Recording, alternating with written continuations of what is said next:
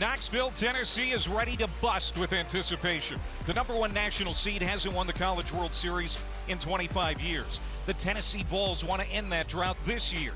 A win today means another trip to Omaha, but the upstart Purple Aces of Evansville aren't ready to go home. Welcome to the NCAA Baseball Super Regionals presented by Capital One. The Tennessee Volunteers believe they have a date with destiny. Today, they can wrap up the Super and head to Omaha, but the Evansville Purple Aces can force a Game 3 tomorrow with an upset today. Hi again, everybody. Good morning. Alongside the College Baseball Hall of Famer Greg Olson, I'm Clay Matvick. It's great to have you with us. The Tennessee Volunteers, they've been waiting for another chance to win a Super on their home field for 2 years since that loss to Notre Dame. Well, here it is. Yeah, they got the job done yesterday. They showed up big, 11 runs. The bullpen was excellent. Offense, the stars showed up yesterday as you would fully expect. Yeah, let's talk about those stars and the offense. 4 different draft-eligible players homered yesterday for Tennessee. It was quite a display. Yeah, we were talking about the stars. Burke, Amick, Christian Moore, Ensley. They were all on display and did everything that you would expect them to do in a Game 1 Super. They were lights out. This is the most feared offense in the country, and you can see why. 163 homers on the year now. That is the second most in SEC history. It is the second most in Division I college baseball history, behind LSU from 1997.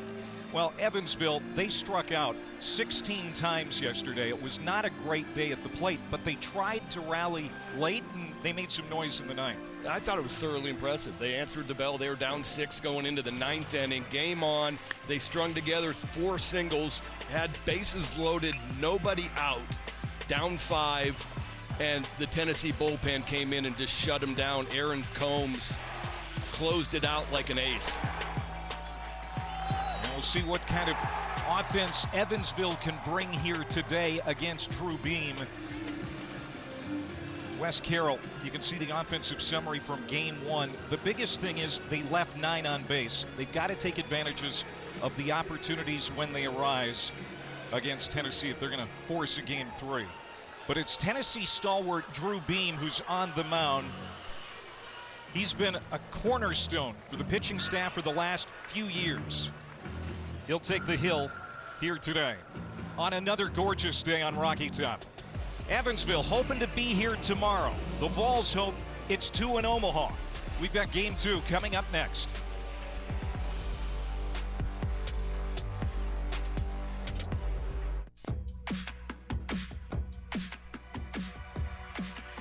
If you love to travel, Capital One has a rewards credit card that's perfect for you. With Venture X, earn unlimited double miles on everything you buy and turn everyday purchases into extraordinary trips. And get access to over 1,300 airport lounges where you just check in and chill out. Open up a world of possibilities with Capital One.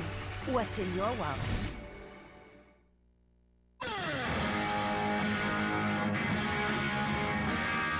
In the wilderness, fearless and human. Sauvage, Elixir, Dior. That Mace is the fragrance destination. A message from the Sonic Department of Research and Deliciousment. Right now, you can get any size of our new Groovy Fries and Groovy Sauce for $1. Wait, who would get the small? Okay, that makes no sense. Get any size Groovy Fry for $1. Live free, eat Sonic. Hi, we're Visible, the wireless company with nothing to hide. Get unlimited 5G data powered by Verizon for $25 a month, every month. Sorry, hidden fees, we're just not into you. Sometimes the choice is just visible. Switch today at visible.com. The itch and rash of moderate to severe eczema disrupts my skin night and day. Despite treatment, it's still not under control. But now I have Rinvoq. Rinvoq is a once-daily pill that reduces the itch and helps clear the rash of eczema fast. Some Rinvoq patients felt significant itch relief as early as 2 days. Some achieved dramatic skin clearance as early as 2 weeks. And many taking Rinvoq saw clear or almost clear skin. Rinvoq can lower your ability to fight infections, including TB. Serious infections and blood clots, some fatal. Cancers, including lymphoma and skin. Heart attack, stroke, and GI tears occurred. People 50 and older with a heart disease risk factor have an increased risk of death. Serious allergic reactions can occur. Tell your doctor if you are or may become pregnant. Help heal your painful skin. Disrupt the itch and rash of eczema. Talk to your doctor about Rinvoq. Learn how AbbVie can help you save. At Wendy's, you can get an English muffin and seasoned potatoes for just $3. with a light and fluffy toasted muffin. And crispy potatoes, love. Is this my breakfast? Yes, yes it is. Grab a proper $3 Wendy's breakfast for a limited time. It's standing room only again at Lindsey Nelson Stadium for Tennessee and Evansville. Quite a few Purple Aces fans in attendance, close to 1,000 here rooting on the 4 seed. Going to be the home team today, and the Volunteers are going to hit first. Here's the lineup for Tony Vitello. Christian Moore, a little sore, so he's going to be the DH today and not play the field. Blake Burke was excellent yesterday. Amick, Dreiling, Ensley, Tears, Curley, Brad Keelaurie will get the start at second base, and Cal Stark, as always, behind the plate. Donovan Schultz, veteran left-hander, making his 50th career start for Evansville. Big spot right here. This would be a veteran, funky lefty. He's got a very unique motion.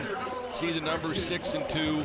He goes deep. He's gone 6 innings his last 3 starts. But fastball is going to be 88 to 90. Slider changeup. Very deceptive. And the first pitch from Schultz is in there for a strike to Moore. It was 1 for 3 with a 2-run homer yesterday. Their leadoff hitter, their emotional leader. And he hits one high and medium deep to center. And that's where Harrison Taubert is going to be patrolling today, because Ty Rumsey is out with that injury after crashing into the wall. There is some wind again today. Not a ton, but it is blowing in and maybe a little bit to left field. Just a gorgeous day here in Knoxville. Here comes Blake Burke. Blake Burke did not homer or have any RBIs in the regional. When in game 1 of the Supers, 2 for 4, a homer, a double. The solo home run right away in the first inning against Kenton Deverman kind of set the mood for the rest of the day for Tennessee. Yeah, it was a big announcement. Blake Burke got a fastball in, hit it off the scoreboard, and it was just the offense was on. To deep center, backing off here is Taubert on the warning track, looking up, and he watches it go. Goodbye. Blake Burke does it again. 2 days in a row with a first inning home run.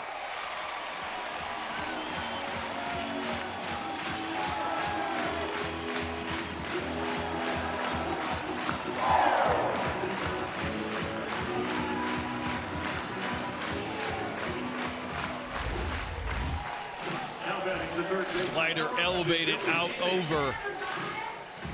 And he is so comfortable in his own skin that he's letting the ball get deep. And he knows that he can go deep at any part of this ballpark. Nothing can hold him. So he's just letting the ball travel, gets into it, and you can see the power that he has. His 19th home run and his 54th run batted in. And just as he did less than 24 hours ago, it's Tennessee out in front as Billy Amick comes to the plate for the first time. Tim Corbin, the Vanderbilt head coach, the one-day Hall of Fame coach at Vandy, said of Blake Burke's swing, it reminds him a little bit of a young Will Clark, that left-handed smooth stroke. It might be a little bit more pop here in college, but I could see him getting into the major leagues, and you can see his power numbers just explode with the games and the constant reps and the day-to-day look that he's going to see. I could see him hitting 35, 40 home runs in Major League Baseball. This is Amick now. Also had a fantastic day yesterday, 3 for 4 with a home run. He has 3 homers and 8 runs batted in the NCAA tournament. The 1 through 3 hitters yesterday, 6 hits, 7 runs, 3 homers, and 5 RBIs. Moore, Burke, and Amick did a lot of the heavy lifting. Yeah, and that's what you look at this lineup, and it's shockingly deep. But the top 4 are as good as there are in the country. This is crushed down the line, but twisting foul. Amick just jumped all over that Donovan Schultz offering. Schultz beat VCU a week ago today. He went 6 innings in doing so, but this lineup is an entirely different animal. Here comes the 2-2. And just off the plate, a full count here to Billy Amick with Dylan Dreiling, the cleanup left fielder, ready to hit next. Schultz has to have that pitch. Good location, just missed off the corner. Pitch number 8. And another foul ball. And that's the thing about this Tennessee batting order too, Greg. You've noticed it, you brought it up actually, is that, you know, when they don't get the pitch they like, they're so talented that they can foul it off and get the next one. Yeah, and that's when you know that these guys are locked in. They're able to spoil good pitches, stay around, and then all of a sudden, after a couple of those, just like you saw, those good fastballs down in the zone, all of a sudden you make one mistake, and they are right on it. This will be pitch number 10 to Amick, the Clemson transfer. It's a ground ball to third. That's Brent Witter there. Throw not perfect, but it's on time. Get the second out. So a long at bat for Amick. And there are 2 down for Dreiling.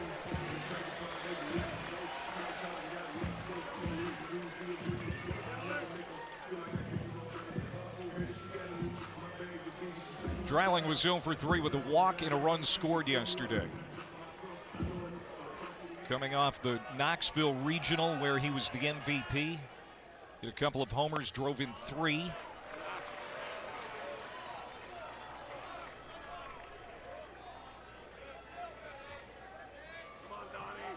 Already 1-0. And a Blake Burke homer.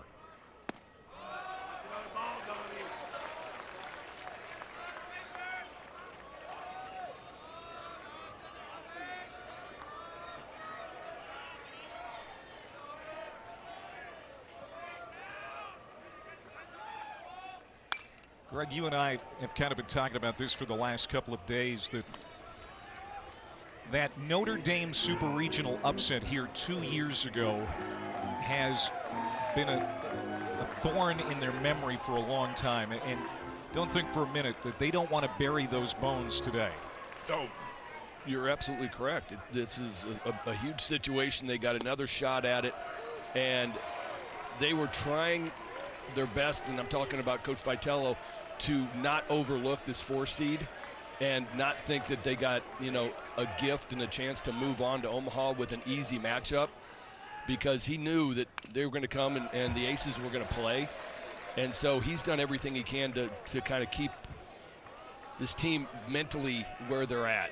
And what they did in the Knoxville region, 3 games, dominated and moved on. And he's trying to keep that same focus to get back to Omaha. Oh man, this is hammered.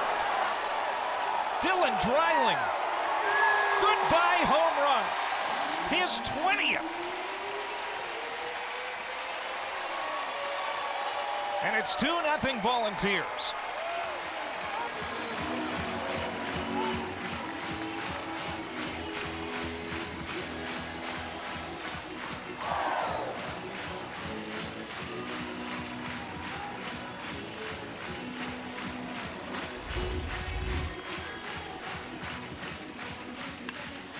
Fastball, Schultz is not getting any of the corners right now, so he's having to come over the plate and square up.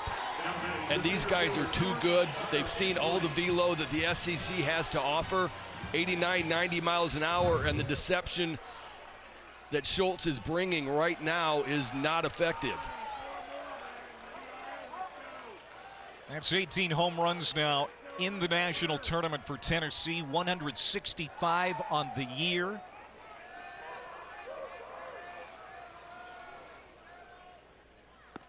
And another guy who could put it over the wall very easily, Hunter Ensley. His 3-run homer in the 7th against Shane Harris kind of put the game away in game 1. Got a hanging slider, took it out, 3-run advantage. Oh, man. Goodbye, onto the porch.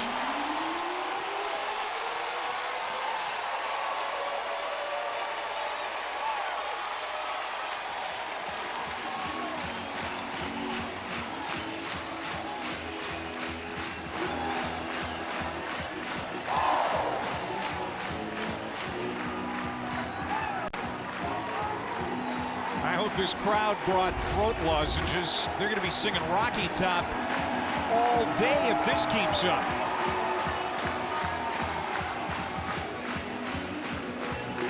Third home run of the inning, back-to-back homers, Dreiling and Ensley. It's 3-0 Tennessee.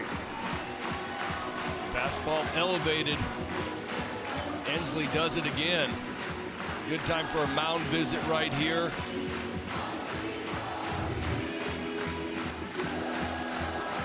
Try to calm everybody down. I mean, the Purple Aces have to be in shock.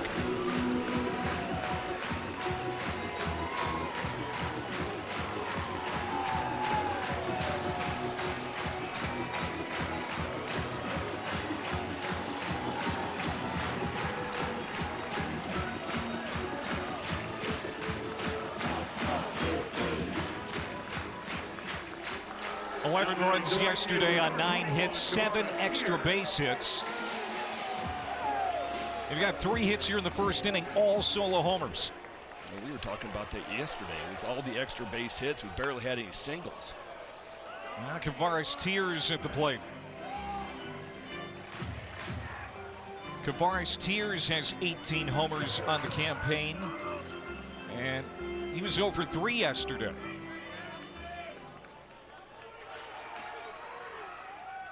He actually hit one of the biggest home runs in this postseason for Tennessee, that 3-run homer in the 6th inning against Southern Miss in the regional final. He's a draft-eligible sophomore. So many stars in this lineup, and you talked about its depth. And in the case of Tennessee today, with Bradkey Laurie being inserted into the lineup, for a lot of teams this late in the year, you make a change like that, it could affect the lineup, but not this one. There are just so many stars in there to cover up any potential shortfall. Yeah, and I don't even know if I would call him a shortfall. I mean, he's a good, solid player.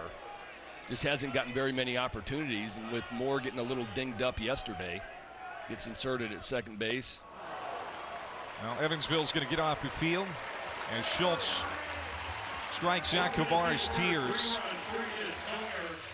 The hat trick in the first inning. Burke, Dreiling, and Ensley all leaving the yard. What a show for the Tennessee Volunteers in the first inning.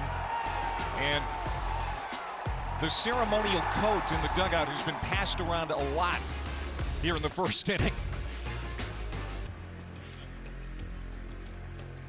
At Wendy's, you can get an English muffin and seasoned potatoes for just $3. with a light and fluffy toasted muffin. And crispy potatoes, love. Is this my breakfast? Yes, yes it is. Grab a proper $3 Wendy's breakfast for a limited time.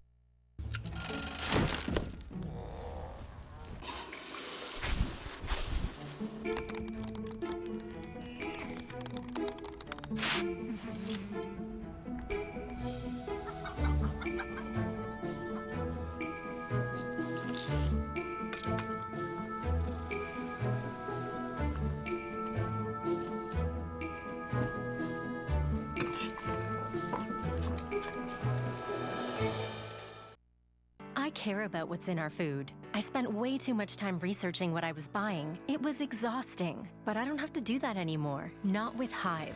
I don't have to worry about chemicals or hidden toxins in our food. All of our groceries are Hive 5 certified, so I know I'm giving my family the cleanest, healthiest, best-tasting food available. Hive. Buy what you believe in. Go to hivebrands.com to join for free and save up to 20% on every order.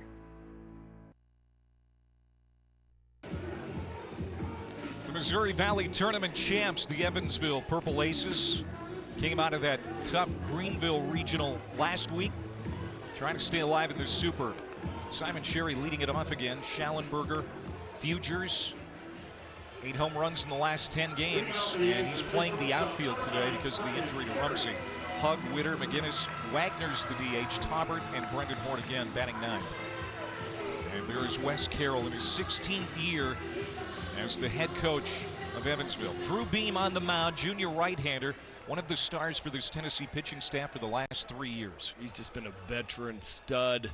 Came in freshman year, All-American, high-level fastball, 92 to 95, great changeup, slider, curveball, good mix. I mean, the mechanics are flawless. This one was popped up behind home plate, and it's going to get out of play. Simon Sherry 2 for 5 yesterday. And one of the at-bats was called out for catcher's interference. Evansville was leading at the time. It turned out to be a kind of a turning point in the ball game in the 3rd inning. Wrapped to short. Dean Curley, the freshman, throws across, 1 up, 1 down. So when you got a lead before you even took the mound in your playing career, what did that do for your confidence? Well, it shows me that my team's locked in behind me. I know that they're going to score some runs, and Coach Vitello said it. This team loves Drew Beam, and it's going to be a sad day the day that he leaves campus. So they come out and they get me 3 runs right off the get-go. I am in full attack mode. I'm not going to get behind in the count. I am just going to go on and try to get rid of the aces as fast as I can. This is Mark Schallenberger. The left fielder has had arguably the best all-around season in Evansville history. St. Louis native. Comes into the day hitting .387. 17 homers and 64 runs batted in. And he had that big 3-run homer on Monday, which proved to be the regional game winner over ECU.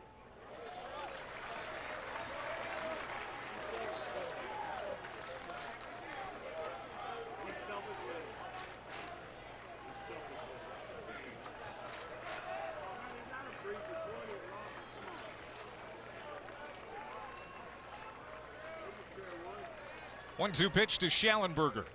Got him.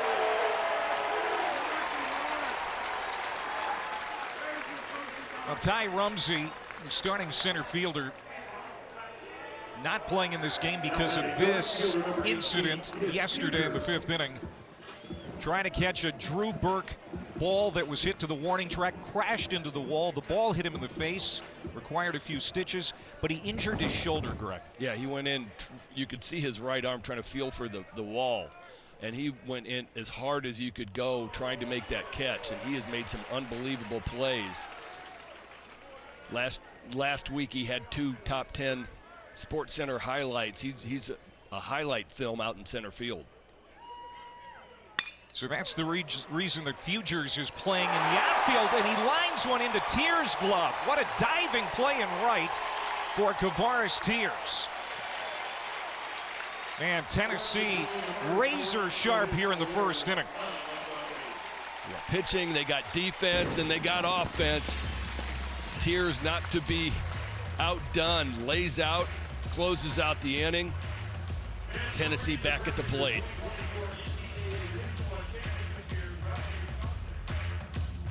Unique style, cutting-edge innovation, and thoughtful details inspired by you. This is the all-electric RZ. This is Lexus. Electrified. I get frustrated not being able to communicate with her. There's a huge disconnect there. If I could speak in my grandma's language, I would tell her, I'm just eternally grateful for all the sacrifices you've ever made for me. Ako'y lubos na nagpapasalamat sa lahat ng sakripisyo mo para sa akin. Hindi ko alam na ganun ako kahalaga ngayon sa iyo. Come to McDonald's to try the Grandma McFlurry and make your own AI video for grandma at sweetconnections.ai. Thank you, Agent State Farm. Like a good neighbor, State Farm is there. Cut. Hey, Arnold, I'm hearing neighbor. It's neighbor. That's what I said, neighbor. Let's go again. Like a good neighbor, State Farm is there. Cut. Neighbor. Still no. Neighbor. Neighbor. Ah! Get me under this chopper. Like a good neighbor, State Farm is there. Cut.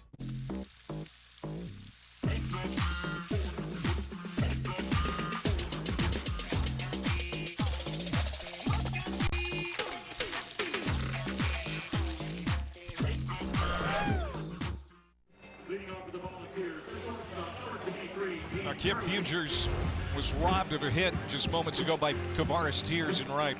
Looking for the program record in single season hits, and Tears was having none of it. I mean, the offense, 3 home runs in the top of the first, and then you got that defense out and right. So Evansville goes 1-2-3 in the first. They're the home team.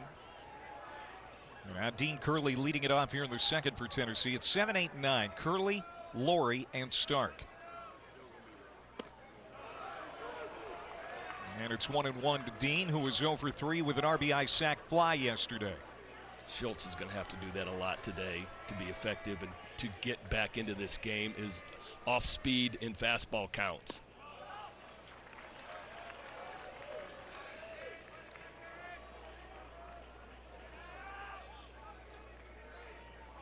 That was what they struggled with yesterday. Deverman struggled getting his off speed and landing it for strikes, and you cannot throw fastballs to this Tennessee team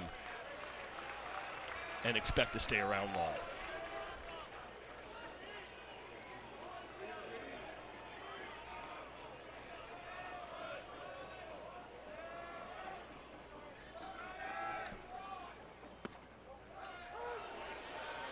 Three-one fastball hits the outside corner, so it's a full count here to Dean Curley, the freshman, starting shortstop.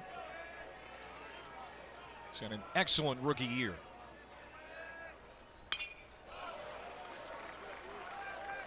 And you got your freshman coming in from Laverne, California, hitting .276, 11 homers and 44 RBIs. Tony Vitello thought Ariel Antigua was going to be the starting shortstop at the beginning of the year, and another freshman, but it was Curley who won the job. And Antigua was a little beat up at the early part of the year. Inserted Curley, and he hasn't looked back. There's Antigua. Curley has made this infield a lot more physical. And I mean, you talk about freshman year. He's had a heck of a freshman year. And he walks to start the second inning. 8-pitch walk. Just a great at bat. Spoiled a couple of fastballs that were on the outside part of the plate. Draws the walk. Look at this offensive summary for Tennessee. 14 runs, 7 homers. So half of the runs come home runs. The slugging percentage is off the charts. Just 2 singles. We didn't have a single in our game until about the 5th inning yesterday. It was amazing.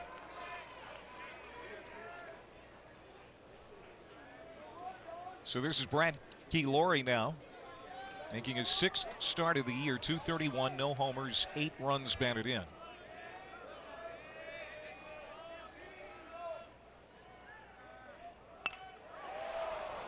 Pushes that bunt foul.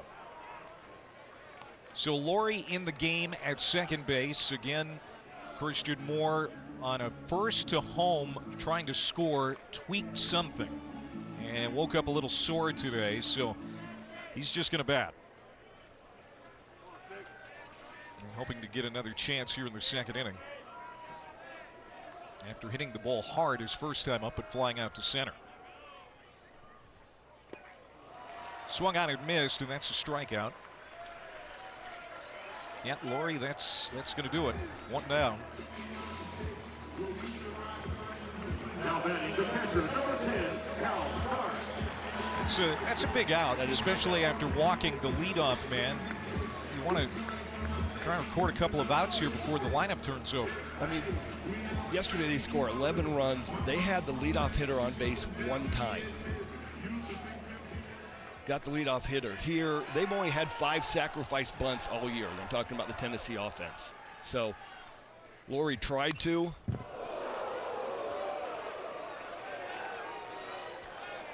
That foul ball just about got Christian Moore.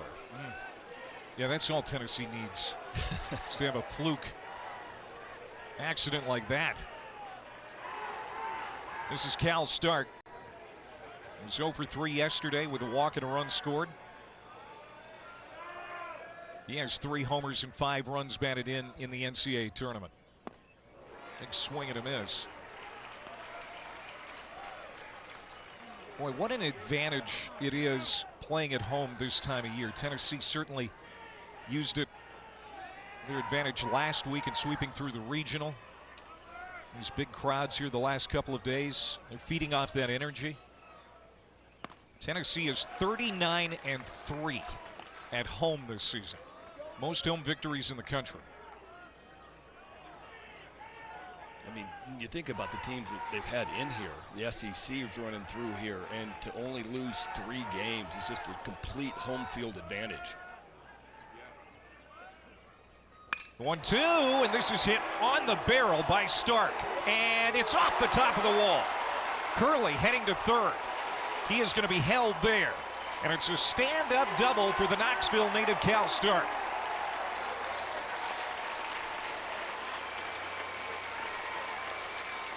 Schallenberger looked like he might have gotten hurt running into the wall. Off-speed pitch down in the zone. Stark stays hot. Now batting the designated hitter, number 1, Christian Moore.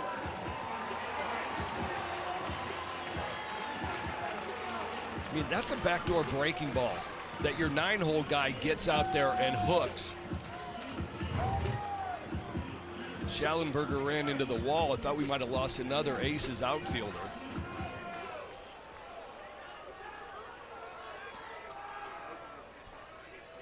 Here comes Moore now. It is program record 30th home run of the season yesterday. He also holds the school's career mark with 57 now. Semifinalist for the Golden Spikes Award. That 1-0 pitch misses. 2-0 here to Christian Moore. I mean, if he wasn't overshadowed by Condon and Caglione, this guy would be the Golden Spikes. I mean, the numbers that he's put up this year deserve to be Golden Spikes. Yeah, a lot of big years in college baseball, especially here in the SEC. All right, you got to pick your poison here. Do you challenge Christian Moore? You got an open base. You got Burke, Amick coming up after this. It's not like you can go, you know what, I'm not going to challenge you, and they give the green light on 3-0 to Moore.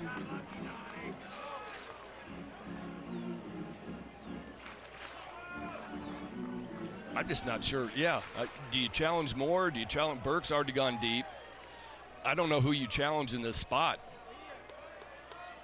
I mean, look at those numbers. 3-1. And he walked him, so the bases are loaded for Burke, who already has a home run.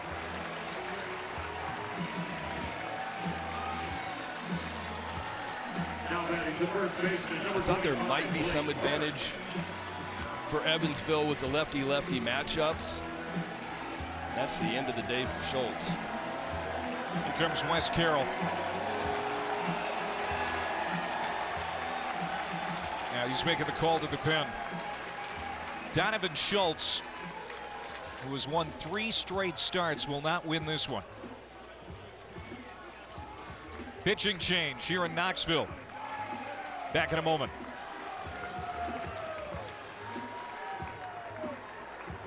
At Wendy's, you can get an English muffin and seasoned potatoes for just $3. with a light and fluffy toasted muffin. And crispy potatoes, love. Is this my breakfast? Yes, yes it is. She bought it. Grab a proper $3 Wendy's breakfast for a limited time. Imagine a future where plastic is not wasted, but instead remade over and over into the things that keep our food fresher, our families safer, and our planet cleaner. To help us get there, America's plastic makers are investing billions of dollars to create innovative products and new recycling technologies for sustainable change. Because when you push for smarter solutions, big things can happen. Electric for short trips, gas for long. Quite the paradox. It really is both. The Lexus RX plug-in hybrid. Looking for the perfect grill? Find yours at Ace, where the perfect grill comes with free assembly and delivery. Find a Weber, Big Green Egg, Traeger, or Blackstone, and get the one that's right for you. Only at your local Ace. Ace is the place with the helpful hardware, folks. I love that my daughter still needs me, but sometimes I can't help due to burning and stabbing pain in my hands. So I use Nervive. Nervive's clinical dose of ALA reduces nerve discomfort in as little as 14 days. Now I can help again. Feel the difference with Nervive. Short morning for Donovan Schultz. An inning and a third. And he's going to leave the bases loaded for Jacob Meyer, who we saw pitch the 8th inning yesterday. Threw well, 2 strikeouts in the 8th inning. Fastball, slider, curveball, cutter. It's going to be a really heavy breaking ball mix, almost 78% slider, curveball, only a 14% fastball. And welcome to the game, Jacob Meyer. You've got to face Blake Burke with the bases juiced, and this is what Burke did his first time up against Donovan Schultz. Second hitter of the game for Tennessee, and he goes yard. Back-to-back days that he has started the game off for Tennessee with a home run, batting in the 2 spot. Jacob Meyer right now, having walked into these spots before, you're looking, I'm probably going to give up 1 run. You're hoping for a sac fly. It's a lot to hope for a double play. Burke runs fairly well for a big man. So walking into this spot, I'm probably giving up that guy on third base. I'm trying my best not to give up any more than 1.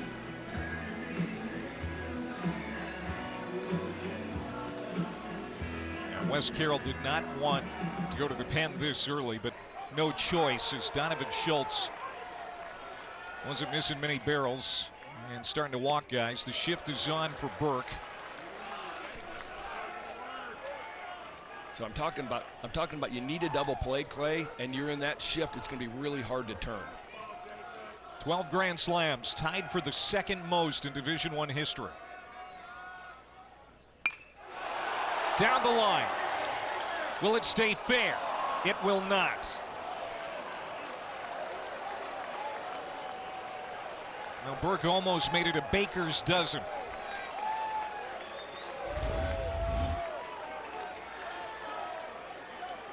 He was trying to will it fair.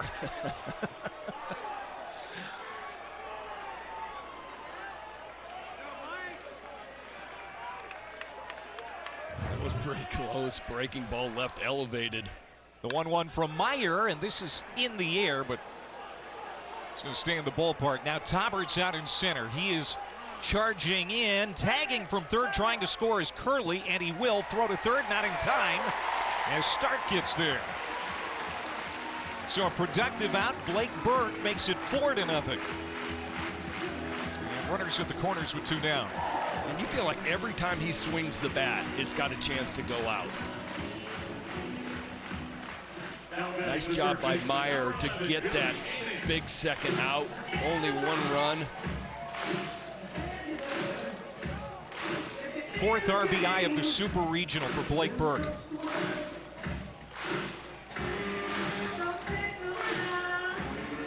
Man, the fans here eat up the Billy Squires song, The Stroke.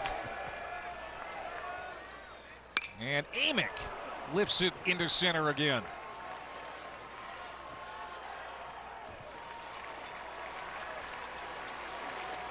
So Jacob Meyer comes out of the bullpen and settles things down, but Tennessee does get one. It's 4-0. Looking for the perfect grill? Find yours at Ace, where the perfect grill comes with free assembly and delivery. Find a Weber, Big Green Egg, Traeger, or Blackstone, and get the one that's right for you. Only at your local Ace. Ace is the place with the helpful hardware, folks. At Wendy's, you can get an English muffin and seasoned potatoes for just $3. with a light and fluffy toasted muffin. And crispy potatoes, love. Is this my breakfast? Yes, yes it is. She bought it. Grab a proper $3 Wendy's breakfast for a limited time. What the biggest companies deliver is an exceptional customer experience. What makes it possible is unmatched connectivity and 5G solutions from T-Mobile for Business. T-Mobile connects 100,000 Delta Airlines employees, powers Tractor Supply's stores nationwide with reliable 5G business internet, and partners with PGA of America on game-changing innovation. This is how business goes further with T-Mobile for Business. USAA? You were in the military? No, my grandpa was. He passed membership to my mom, then me. Huh. Yeah, if your spouse, parent, or grandparent served, they could pass it to you. I'll check it out. USAA, for the military community and their families. At Wendy's, you can get an English muffin and seasoned potatoes for just $3. with a light and fluffy toasted muffin. And crispy potatoes, love. Is this my breakfast? Yes, yes it is. She bought it. Grab a proper $3 Wendy's breakfast for a limited time.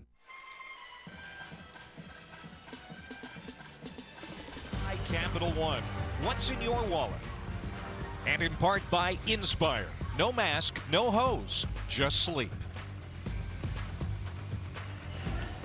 Back in beautiful Knoxville, Tennessee, with the Tennessee Volunteers, who have a 4-0 lead on West Carroll's Purple Aces. Two-time Valley Coach of the Year. Second time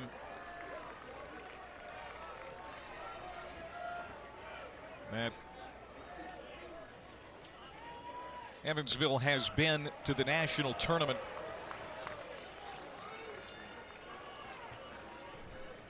With Wes as the head coach, he played on a regional team back in 2000, and it's just been a special run this year. And now this is a 4-0 deficit for his team, but this is a team that can rake and get back in it in a hurry. Yeah, he said they're going to play loose. They're going to let it all go and come out. And this team offensively yesterday was really good. They had a chance at the end of the game, which was kind of shocking, down 6. Leadoff walks help. Yeah, Chase Hugg. It's a free pass from Drew Beam, and that'll bring up Brent Witter. So Wes's brother Jamie, an unpaid assistant, former big leaguer, and we've been talking with the Carroll brothers about this program and how special it is. They're just fired up to be here. Wes is second all-time in wins behind Jim Brownlee, the former coach who's here in attendance this week. This is Witter now, 0 for 5 yesterday.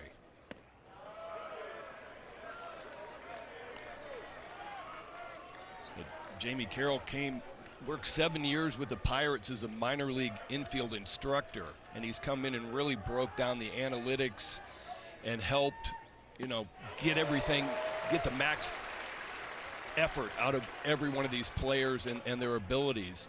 And he's just having a lot of fun getting back into the college game. And as my partner said, unpaid assistant.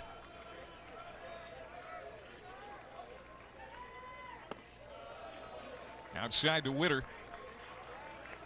So Drew Beam, 25 career wins, 4th in the nation among active players. Had a breezy first inning, 1-2-3. Now pitching from the stretch for the first time. Swung on and missed, and he gets Witter to go down. 1 out here in the second. That brings up Cal McGinnis. Now batting the second baseman, number 7, Cal McInnes.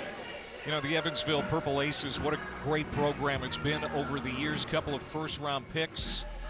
Andy Bennis, great major league career. Kyle Freeland, who's still in the major leagues with the Rockies. Yeah, very good, solid players coming out of the draft. Andy Bennis was picked 3 picks in front of me in 1988. That's down the line, but foul off the bat of McInnes. And my roommate on the USA team with the Olympic team in '88. Great human being.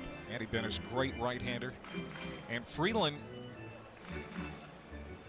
still pitching and pitching well. You see Bennis and you a few spots down there. And you of course, were the 1989 Rookie of the Year in the American League with the Orioles. McInnes going the other way to left field. He is the second out. McInnes had a 2-run homer in his first at bat yesterday, but he's out here today.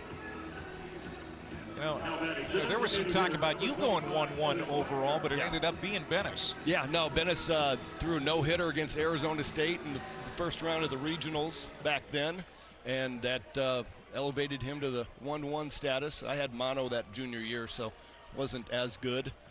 And no, it ended up working out great. I got to Baltimore. He had a great career in San Diego.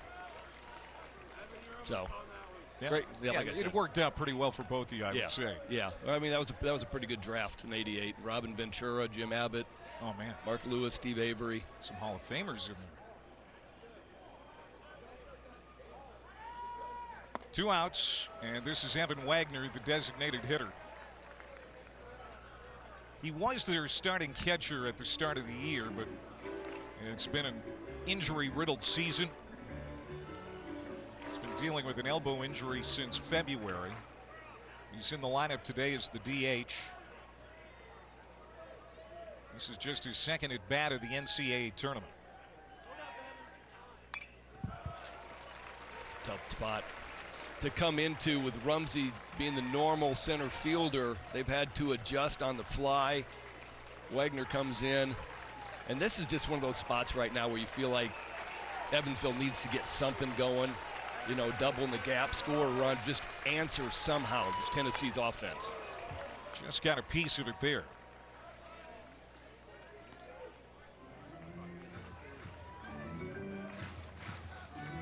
Drew Beam has pitched at least 5 innings in 12 of his 16 starts. He has been steady Eddie for Tennessee. 2 outs, the 1-2, checked his swing, and he went around. Couple of strikeouts in the inning, 3 in the game for Drew Beam, and we have played 2 in Knoxville. Right now it's looking good on Rocky Top for the Volunteers. On campuses nationwide, the NCAA is making transformative changes for student athletes. While they pursue their biggest dreams, we're launching new initiatives to help them. Life-changing education opportunities are just the start. The NCAA is providing enhanced mental health services. We're guaranteeing scholarships and tuition and expanding access to healthcare. Visit ncaa.org/change to learn more. The extra twinkle. That extra swagger. Feeling healthy by leaps and bounds. Making a dinner that makes their whole day, and giving your best friend the best nutrients for their best life. Science did that.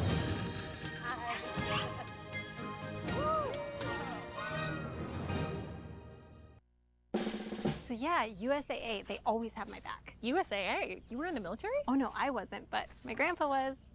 He joined USAA, passed membership to my mom, then to me. There's other ways to get in? Yeah. My neighbor Ron, he's in because his wife served. Even little Luna, once she's born, her dad served. So all this time I could have had USAA insurance. And banking.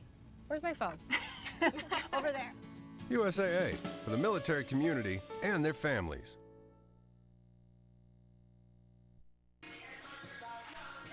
The NCAA Baseball Super Regionals are presented by Capital One. What's in your wallet? And in part by Inspire. No mask, no hose, just sleep.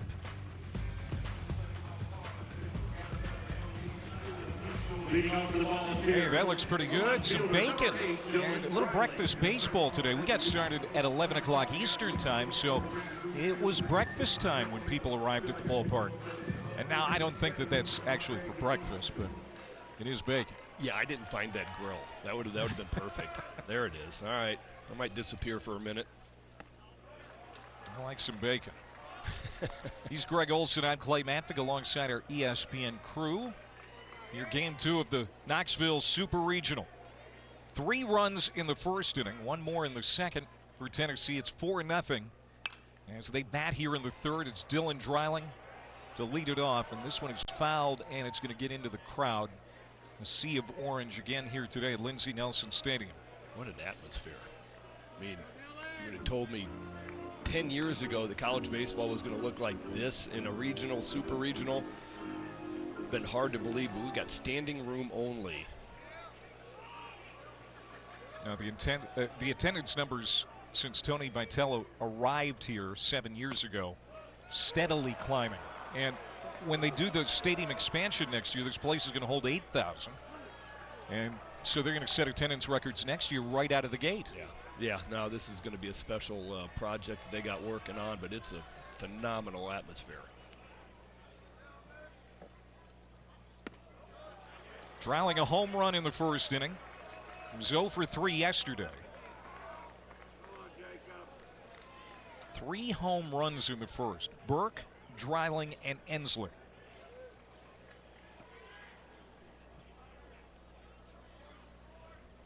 Jacob Meyer misses, and it's a full count. Meyer's gone slider, and then he tried to go with a couple curveballs back door. Just missed with them. Rarely throws a fastball. Meyer comes set, and this is a ground ball to short. Simon Sherry throws across, and there's one down here in the Tennessee third. This is what we're talking about, the mock-ups. It's going to look like next year, the renderings. Yeah, it's impressive, and I know you and I are excited to be in a new press box next year. The view we have right now is terrific, but it's going to be even better, and it's probably going to have an elevator to get up here. You and I are old men. It's hard getting up 3 flights of stairs. Yeah. Hey, do you want to go down to the field? No, that's too far. They're excited here. Hunter Ensley at the plate now. I heard a dollar amount last week. About $100 million, so it doesn't come cheap, you know, with inflation and everything. So it gives you an idea of how much money they're putting into it, what they expect to get out of it. I mean, that's staggering for college baseball. $100 million for stadium renovation. But especially in the SEC, Greg, I mean, it's just keeping up with the Joneses now. No, absolutely. Everybody seems like going across the SEC this past season. Everybody's got construction going on or construction planned.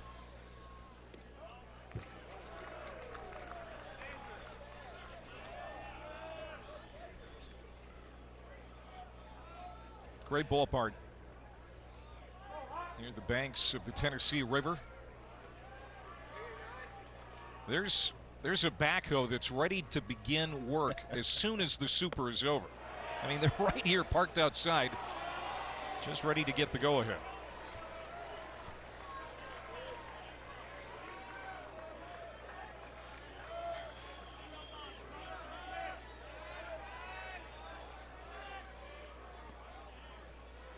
I'm surprised somebody's not sitting on top of that watching the game.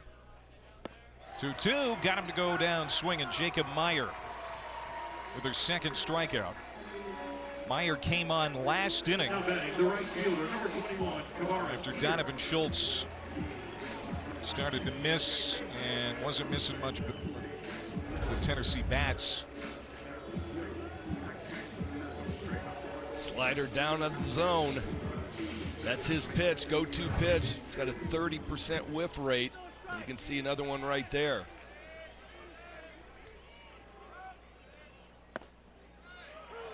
Kavares Tears takes strike one. You just don't see, Clay, you don't see many guys that throw a slider and a curveball and do it equally to lefties and righties. It's just a very unique mix. Mm-hmm. And different speeds. Slider is going to be 82, 84. Jacob Meyer has come in and done a really nice job for Evansville. So 1-2-3 inning in the third. Evansville trying to get back in it. Down 4 here in game 2. At Wendy's, you can get An English muffin and seasoned potatoes for just $3. with a light and fluffy toasted muffin. And crispy potatoes, love. Is this my breakfast? Yes, yes it is. She bought it. Grab a proper $3 Wendy's breakfast for a limited time. Lowe's knows new projects come with questions. So we have answers. Like how to keep your yard looking lush. Which paint color matches your bold style. And with the MyLowe's Rewards credit card, you can save 5% every day. You got this, and we got you. This is the mark of a fighter. A rich, full-flavored lager with a crisp, refreshing taste. A reward for those with a fighting spirit. You've earned this, so hold it up high. Modelo, the mark of a fighter. Electric for short trips, gas for long. Quite the paradox. It really is both. The Lexus RX plug-in hybrid. A message from the Sonic Department of Research and Deliciousment. Right now, you can get any size of our new groovy fries and groovy sauce for $1. Wait, who would get the small? Okay, that makes no sense. Get any size groovy fry for $1. Live free, eat Sonic. I knew I couldn't afford a house of my own. Food's here. Okay. So we thought, why not go all in together? That's when buying a home together got real. Where's the cat?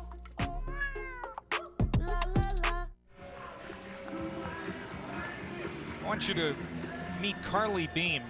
She is 16. She's in a wheelchair. She is the sister of Drew Beam.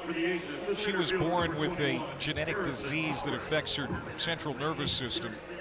So she's been in that chair her entire life. But she is the light of Drew's life. She is the light of the Tennessee baseball program. And Drew has received so much inspiration from his sister. And they talk every day, and certainly talk before this big outing here today. She's in attendance. She is always, always with a smile. Yeah, and he actually has some purple accents on his custom glove to raise awareness for people with genetic disorders. This is popped up, and it's going to get on a play there for Harrison Taubert, who leads it off. It'll be Horde and Sherry to follow here against Drew Beam.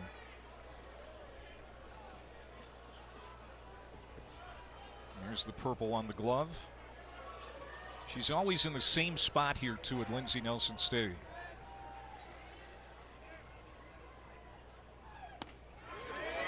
It's pretty much behind home plate, where the family has watched Drew for the last few seasons, and that's where she can really get a good eye on what Drew is doing, so she can criticize him later. Well, I'm sure it's real comfortable for Drew to know, looking up, exactly where she's at. That one tied up Taubert. Drew Beam, he is coming off his shortest outing in 2 months. 3 2/3 against Indiana a week ago tonight. Gave up 4 runs, 4 hits, including a home run. But the offense, again, so good that game that it didn't matter. This one's popped up on the infield. Easy play for Curley at short. And Taubert is retired, so 1 up, 1 down here in the third. Now batting the catcher, number 0, Brendan Ward.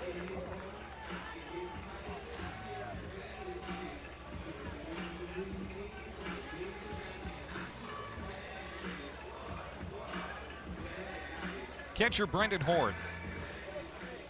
Transfer from Kentucky, 3rd year at Evansville.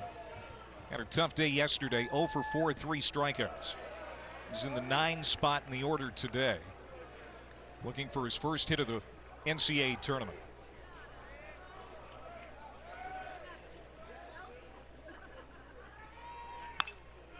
Sprays that one foul. He had a really good Missouri Valley tournament. He was named to the all-tournament team, 6 for 16, hit 3 homers and 9 runs batted in. His bat has kind of dried up a little bit here in the national tournament. And when we were talking to Wes Carroll, he thinks the innings are starting to catch up with him a little bit. He did not go around. They appealed to Greg Street, the crew chief. He says no, he did not go. I mean, he has caught every inning of the NCAA tournament. He caught every inning at the Missouri Valley tournament. And he thinks that may have affected Horde a little bit here at the plate. Yeah, the legs start getting tired, and it affects your batting stance. It affects your ability to get down to first base quickly. A whole bunch to these catchers, and that's one thing I found out this season. You know, the whole one knee down thing is getting a lot of, I'm not going to say traction, but getting a lot of kickback from the older players because it's been a little bit less effective. And good pitch, fastball away. But it's getting a little bit of kickback because it's showing a lot of catchers with wild pitches, pass balls, with gut runners on third base. And I was talking to A.J. Hinch a couple weeks ago, and he said, but what it does with the one knee down, it keeps these catchers' legs a little bit fresher. And it's just kind of a fascinating thing when you see a guy like Horde who's just falling down batting average-wise because he's getting tired at the end of the season.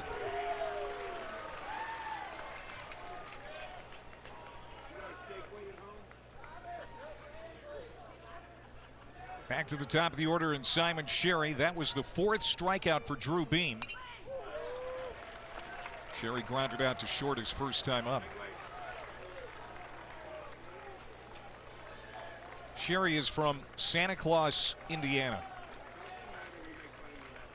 home of Jay Cutler. Santa Claus is not from there, as you know, he's from the North Pole. They just named it after him.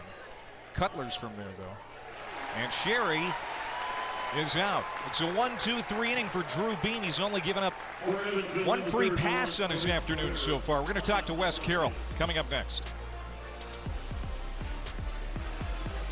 I have type 2 diabetes, but I manage it well. It's a little pill with a big story to tell. I take once daily Jardiance at each day's start. As time went on, it was easy to see I'm lowering my A1C. Jardiance works 24/7 in your body to flush out some sugar. And for adults with type 2 diabetes and known heart disease, Jardiance can lower the risk of cardiovascular death too.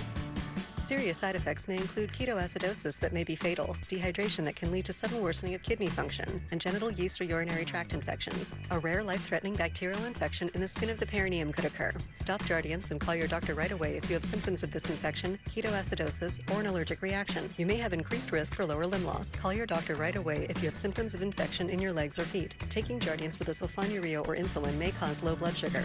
Jardiance is really swell, the little pill with the big story to tell.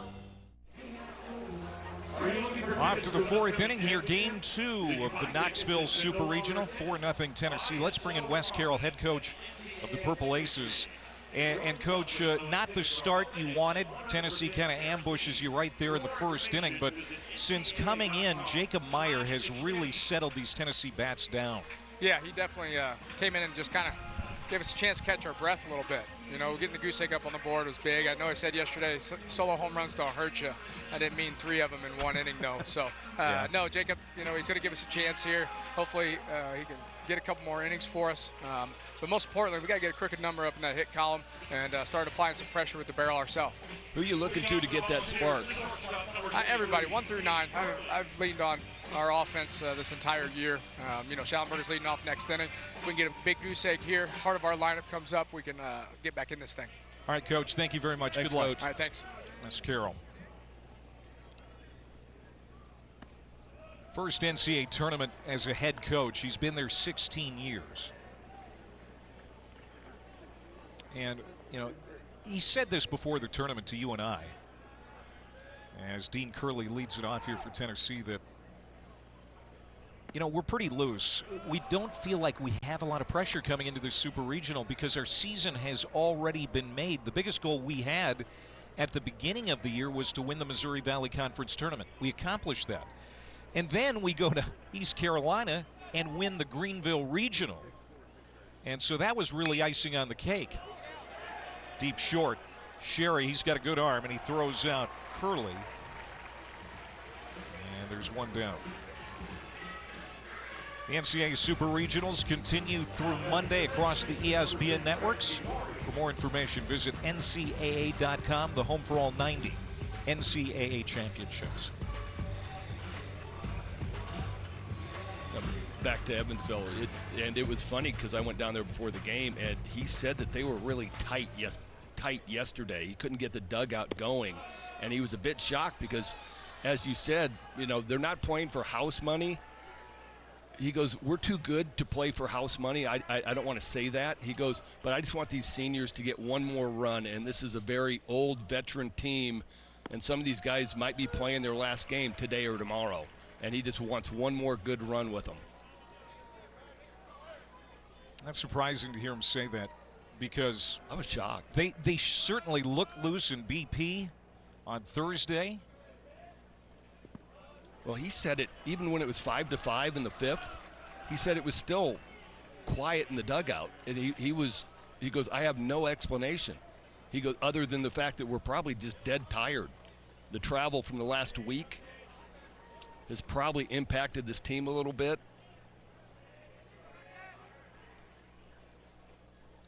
2-1 pitch here to Laurie. Yeah, that travel was brutal. They left Greenville at 4 a.m. on Tuesday after winning the regional. Got back to Evansville at 1 in the afternoon. Then left for Knoxville at 4 p.m. Wednesday, arriving by bus 6 hours later. Planes, trains, and automobiles. This one is tagged to right by Laurie, and it's going to get over his head. Fugers plays it off the wall, and that's a one-out double for Bradkey Laurie. You talked about it, Greg. You know, he is probably not a soft spot in this lineup after all. Not really, no. I mean, at 22, he was at Wabash, hit .452. Last year, college with Central Florida, hit .335, 11 home runs. He's a base-stealing threat. Gets a curveball down in the zone, drives it to right field. Fugers loses his footing for a split second, and that was all she wrote. Stand-up double. Even if he doesn't slip, I don't know that that's not a double anyway. Third double of the year for Laurie.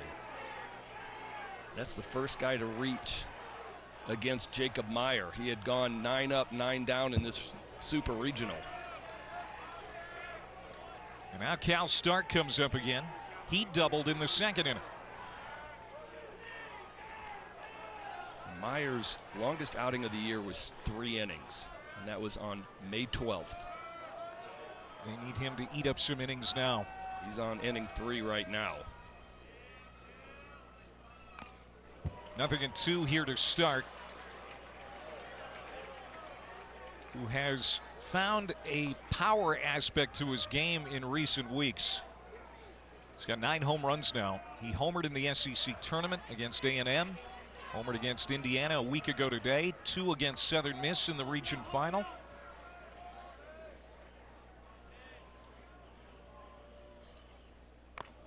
And that hit him.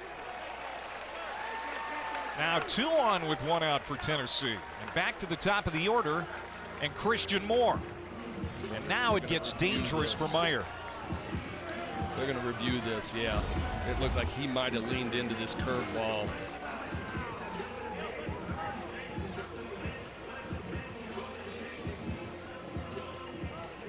What do you think?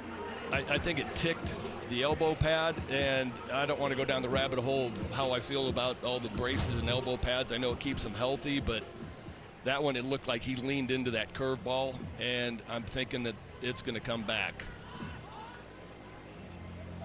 Cal Stark might get charged a strike on that one. And they're going to go to review.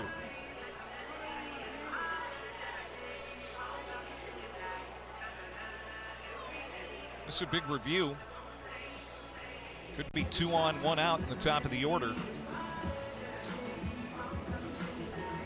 Yesterday, Evansville was 1-1 in reviews. I got to believe Stark's going to come back to the box. You can see right here, he kind of, I can say leans into it, but a little bit of a shoulder tuck.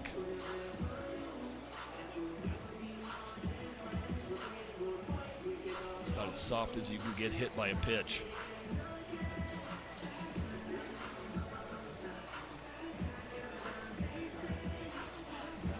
This is a huge review. We got runners on first and second with Moore, Burke coming up next.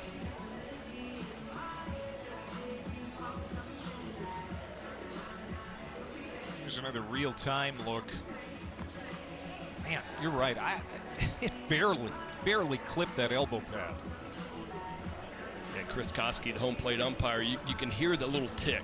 It's not that he's seeing that. There's not enough of a deflection. He's just hearing. Greg Street, our crew chief, will come and give the announcement here. He's going to stand. Hit by pitch was the call on the field. And it does.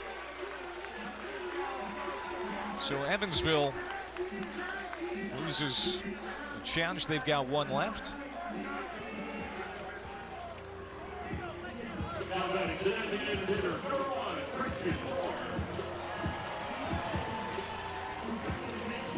Just been one of those days so far for West Carroll and the Purple Aces. Not a lot going their way. No. And now 2 on for this guy, Christian Moore. 0 for 1 with a walk. Moore, first team All-SEC, led the conference in all of the Triple Crown categories in league play. But the SEC Player of the Year went to Charlie Condon of Georgia, who we talked about earlier. He's had a marvelous year. Popped up. It's on the infield. McGinnis is under it. He'll make the catch for the second out. So a miss there by Christian Moore, and he knows it. I think that's the pitch he was looking for. He just mishit it. Yeah, no, he got the slider. He knew he was getting a slider, and it was elevated. He just got under it, popped it up. Huge second out by Meyer.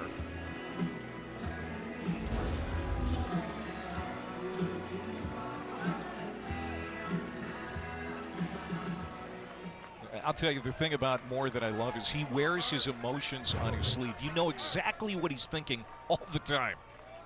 But ever since that strikeout yesterday on that backup slider, he's been 0 for 3 and quiet. Showed a little bit of emotion on that. Didn't like getting struck out at the end of the game yesterday. Burke's got a couple of RBIs today. Solo home run in the first, sac fly in the second. 2 on, 2 out. Down the line and foul. Greg Street was right on the line. He makes the call. Foul. That would have been extra bases, and scored 2. And Tony Vitello not agreeing with that call. You don't see much emotion out of him. But the one guy that's got the best view is that man right there. It did look like it stayed on the outside of the bag.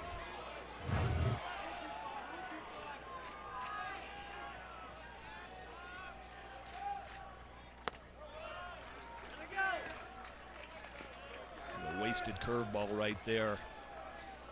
Might want to show a fastball up out of the zone, change his eye line, and then go back to that back foot breaking ball. Laurie at second. Cal Stark at first. The 1-2 to Burke.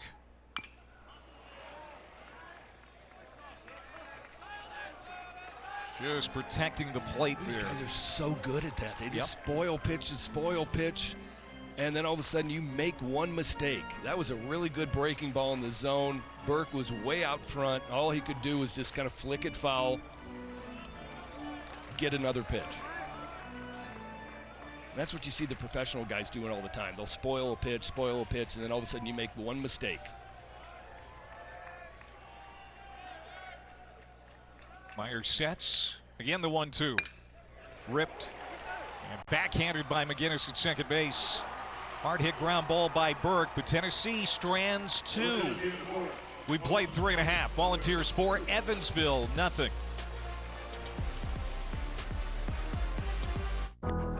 For years, they competed against each other.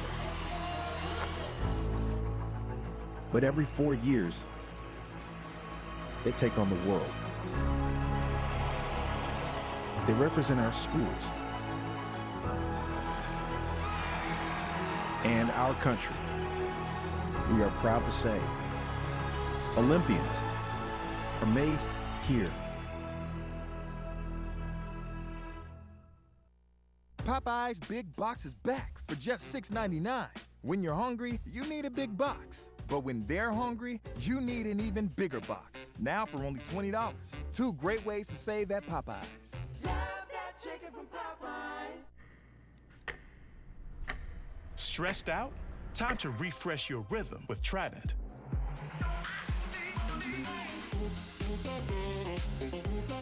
Trident Gum, the fresh chew to refresh your rhythm. Hello, race fans, and welcome to Nashville Super Speedway. That's right, guitars and fast cars right here in Music City. This summer, NASCAR is back at the Nashville Super Speedway. Get your tickets now to watch your favorite driver take on the 1.33 miles of concrete chaos.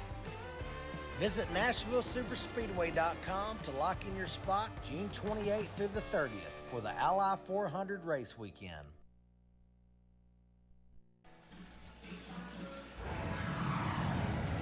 Welcome back to the NCAA Baseball Super Regionals presented by Capital One. There's Ayers Hall here on the campus of the University of Tennessee. Second oldest building on campus. Not as old as you, Greg Olson, but it's pretty old. Beautiful campus. Oh, it really is. And did you expect this kind of weather for the first week of June in Knoxville, Tennessee? Like comfortable and not scorching hot? No humidity really today. It's been fantastic. Schallenberger to lead it off, followed by Fugers and Hug. Schallenberger and Fugers, as it happens, each have 91 hits on the year for the Evansville Purple Aces. The next one for either one of them breaks a record.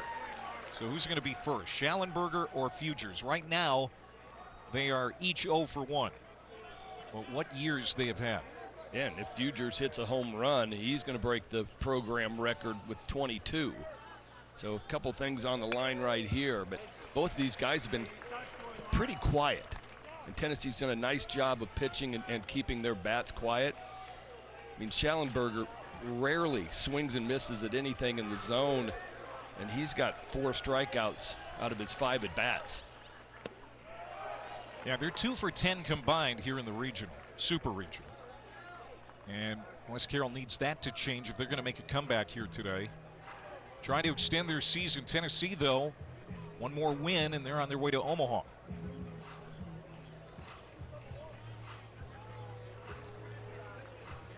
Evansville representing the Missouri Valley Conference. It's the 8th time a team from the Valley has reached the Super Regionals. You and I saw Indiana State last year. Yes, we did. In Fort Worth. And they were sent home by the Horned Frogs. Called strike 3. Schallenberger strikes out for the second time. 1 down as Drew Beam continues to roll. This is vintage Drew Beam. Change-ups elite. Good breaking ball. If he's landing this breaking ball, he is going to have a great day. You can see Stark sitting on the outside part of the plate. Very difficult to create that 12-6 spin and keep it on the outside part of the plate away from lefties.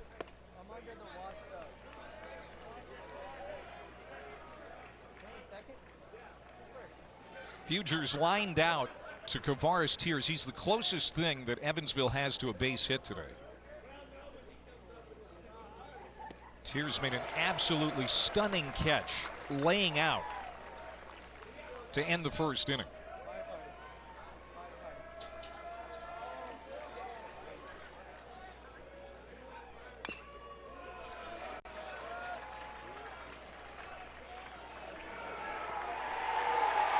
Hey, Tony Vitello, he's a ball boy too in his spare time.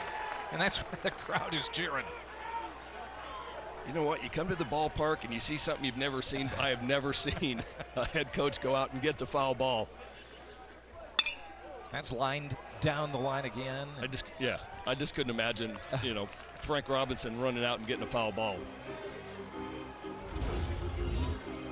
Look at Tony. Good hustle. He's been around a ballpark his entire life. His dad, Greg, Hall of Fame high school coach in St. Louis, Missouri. In fact, he's here this weekend. And you know that Tony at a very young age was chasing balls and helping at the ball field, helping his dad. Yeah. So nothing new for him. Yeah, I thought the question you asked Coach Vitello about what did he get from his dad, what did his dad, leave him or give him, and he said it's just one of those things where you have all these phrases. Deep short. They're going to be a tough play for Curley, and no play. Fugers, a history-making hit. 92nd hit on the season, a new Purple Aces single-season record. And there's a one-out base runner here for Evansville. That's the first hit against Drew Beam. Tough play, fastball in. Curley made every effort. But back to Vitello, you have all these phrases in your mind, and they came from your dad, and I can't give examples, but it was just a great talk of all the things that you just know came from him in coaching. And, he goes, I don't have any one thing. It's just all the phrases in my head when I'm on the baseball field all came from him. And back-to-back base hits. Here comes Evansville as Chase Hugg puts it into left center. Motoring to third is Fugers. Getting into second. The throw. Not in time to get Chase Hugg with a one-out double. Two in scoring position now for Witter. That's the first pitch that Chase Hugg has swung at in over a month and a half. And this was a conversation I had with Wes Carroll. He had a chance to ambush a slider yesterday with the bases loaded at the end of the game, and he didn't. He didn't pull the trigger. This time he comes up there and ambushes the first pitch, double in the gap.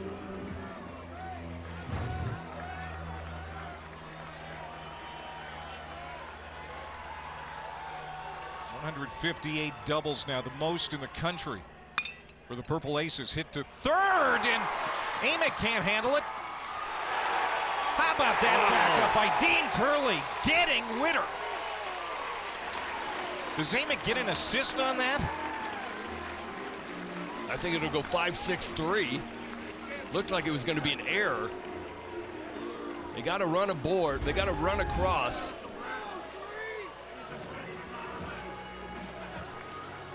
Unbelievable. How about this freshman? Never quit on the play. Makes a great throw across the diamond. And that's what you feel like right now. Evansville needs a little bit of help right now. They need an error. They need something. Yesterday they had 3 unearned runs that happened on an error by Christian Moore at second base. To try to reel in a deficit and try to play a big ball game with Tennessee is going to be tough. They're going to need a little bit of help from the Tennessee defense. Cal McInnes hit a 2-run homer yesterday. As Evansville is on the board now, getting a little luck here in the 4th inning. McInnes 0 for 1, flew out to left his first time up. And this is what Wes Carroll was talking about when we had him on headset. His offense will finally find it if they swing at the right pitches. Yeah, and this guy was the hot guy yesterday. 2 for 3, couple RBI, couple of walks. The home run to right center. They got the right guy up in the right spot, and he's ahead in the count.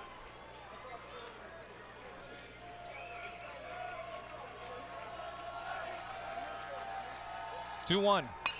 This is hit high and deep to right. Tears going back, and it is gone off the scoreboard. 2-run homer, and Evansville is within 1.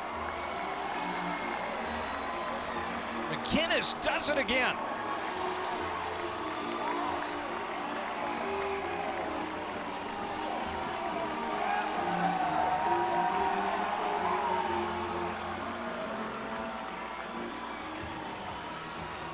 The designated hitter, number 25, Evan Wagner.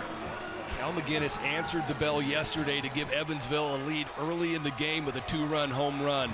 This one gets an off-speed pitch, a little bit elevated, does not miss. As I said, this dude is swinging a hot bat, batting in the 6th spot. 2 outs here for Wagner. And now the Tennessee fans starting to feel a little on edge.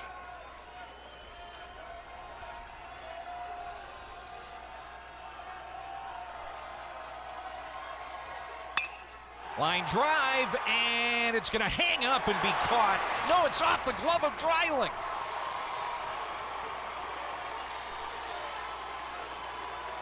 And the inning carries on here for Evansville. Looked like Dreiling was ready to put that one away, and I think they're going to give him an error on this. I think it is an error. This ball's hit very hard to left field. Nice job by Wagner. Just flat dropped it.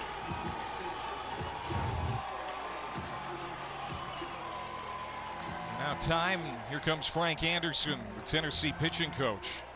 Drew Beam took a no-hitter into the fifth against Mississippi State at the SEC tournament here a couple of weeks ago. He was no-hitting Evansville through 3 1/3 here today, but then that infield hit by Fugers, the double by Hug, and then a McGinnis 2-run homer has changed the feel of this ballgame.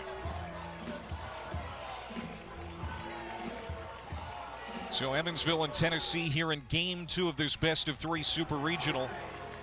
UConn and Florida State currently on ESPN. Florida State with a win today would punch a ticket to Omaha as well. K-State, Virginia coming up later, as is West Virginia, North Carolina. The Cavaliers and the Tar Heels each with a 1-0 lead in that series. Florida State, by the way, in the 5th inning is leading UConn 5-2. Yesterday, just a blowout. 3 touchdowns and a field goal by Florida State. Popped up. Laurie backing off. The second baseman's got it. And that's their 3rd out. But Evansville is back in this ball game. Cal McGinnis, for their 2nd straight day, leaves the yard, and the Aces have some magic in those bats. And it's a 1-run ball game in Knoxville. At Wendy's, you can get an English muffin and seasoned potatoes for just $3. with a light and fluffy toasted muffin. And crispy potatoes, love. Is this my breakfast? Yes, it is. She bought it. Grab a proper $3 Wendy's breakfast for a limited time. Liberty Mutual customized my car insurance, and I saved hundreds. With all the money I saved, I thought I'd buy stilts. Being so tall definitely has its advantages. Oh, whoa. Here you go, kiddo. Thanks. Hi, honey. Ready to go? Yep. There it is. There it is. There we go. I guess it also has some disadvantages. Yes, it does. Only pay for what you need. Liberty, liberty, liberty, liberty. At Wendy's, you can get an English muffin and seasoned potatoes for just $3. with a light and fluffy toasted muffin. And crispy potatoes, love. Is this my breakfast? Yes, it is. She bought it. Grab a proper $3 Wendy's breakfast for a limited time. Off to the 5th inning, game 2 of this Super Regional here in Knoxville, Tennessee 4, Evansville 3. And let's bring in Tony Vitello, the Volunteers head coach. You jumped right on this Evansville team here today. Win, and you're in Omaha. The attitude, the approach today seemed to be right on point to start. Yeah, I think so. I mean, it's an early morning for both teams. These guys showed up super early today, and obviously you can see they're ready to play and battle. But our guys had a good approach as well. Not a lot of talk about yesterday or anything other than today, which is good. And, I mean, we got after their starter pretty good. I think that was that guy's 50th college start, so it's not like he was out there nervous or not throwing strikes. We just put good swings on it.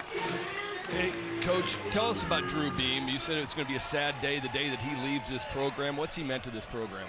Just a ton. I mean, a transformation of the stadium, but also the way we play, the results we get, how our guys behave off the field.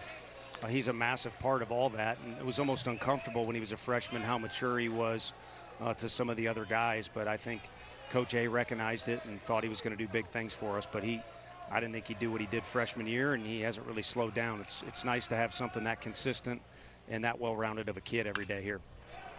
This is popped up into short left, and Fugers' long run over toward the line. He'll make the catch Just quickly, Coach, a tip of the hat for your hustle on that foul ball. The fans here ate it up with a spoon when they saw you run out for it. Frank Anderson did not have glowing remarks. He wasn't happy with it, so a lot of unathletic type comments out of him. So maybe we'll let the players play and the managers do their thing. They're always working hard for us anyway. Tony, we appreciate your time. Coach. Good luck. Thank you, guys. Tony Vitello. 5th NCAA tournament and 4th straight Super under Tony's guidance. The only team in the country that's been in the Supers the last 4 years. Wow. Well, I mean, they have pushed themselves to the elite in college baseball. They are one of the benchmarks, and they were just looking for that last piece, which is the title. Before Tony arrived, Tennessee hadn't made the postseason since 2005. He gets here, and he turns him not only into a contender, but a national powerhouse. #1 national seed 2 of the last 3 years.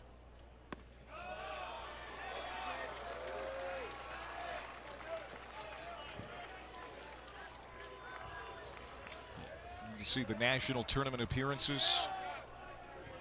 7 of those years, they are hoping, well, they hope this is the 7th year. 6 College World Series trips. Certainly come in bunches here in Tennessee, don't they? Sure do. Mid-90s, early 2000s, and then this run right here only stopped in 2020 with the COVID year. 3 balls and a strike to Dylan Dreiling. A homer in 2 at-bats, and now he draws a walk with 1 out. ESPN is the home for the NCAA College Baseball Super Regionals. For around-the-clock multi-game coverage, scan the QR code below. ESPN Plus subscribers can access expanded coverage with Squeeze Play. He's Greg Olson. I'm Clay Matvick here at Lindsey Nelson Stadium. And the fans saw 3 home runs in the first inning from Tennessee. They scratched another run across in the second inning. Nothing since. Jacob Meyer has come on in relief and really done a nice job for the Purple Aces. Right now he is on 3 innings, and that is his season high. He had 3 innings against Indiana State on May 12th, and that was 52 pitches. So I'm old school way of watching a pitcher is not necessarily the number of pitches, but how many have been high intensity, how many people have been on with traffic. That takes a toll. And here right now he's at 43 pitches, season highs at 52, just had a walk. So I'm thinking that he's probably on a short leash from here out. Bullpen's probably getting hot, and just something to keep an eye on because he's done such a great job. You don't want him to get fatigued and get himself into a jam. Since the first inning when Tennessee went 3 for 5 with 3 homers against Schultz. They're 2 for 12 since, mostly against Meyer. Now running and in safely with their stolen bases, Dreiling. Got a good jump. No throw from Horde, and he's in scoring position for Ensley. I feel like Meyer probably got into a rhythm, not really throwing over. I don't think he's thrown over at all. And he got into a rhythm of get the sign, come set, breathe, pitch. And so nice job by Dreiling to take advantage of that. 5th stolen base in the year. Ground ball to third. Witter gobbles it up, looks the runner back, throws across, second out. So Ensley's retired. Now batting the right fielder, number 21. That stolen base might have taken them out of a double play ball right there.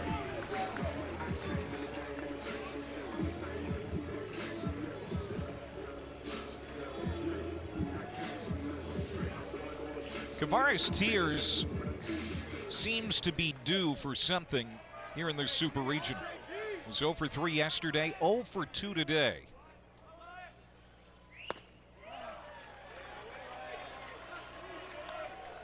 That 0 for 3 yesterday was a lot of routine ground balls to second base. He's getting pitched soft stuff down in the zone. He's rolling over it.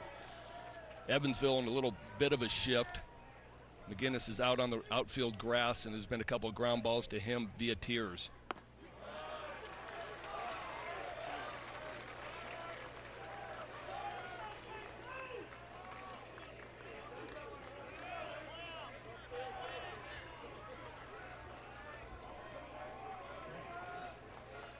2 balls and no strikes to Tiers.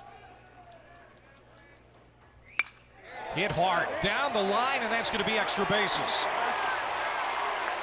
A runner's going to score. Dreiling comes home.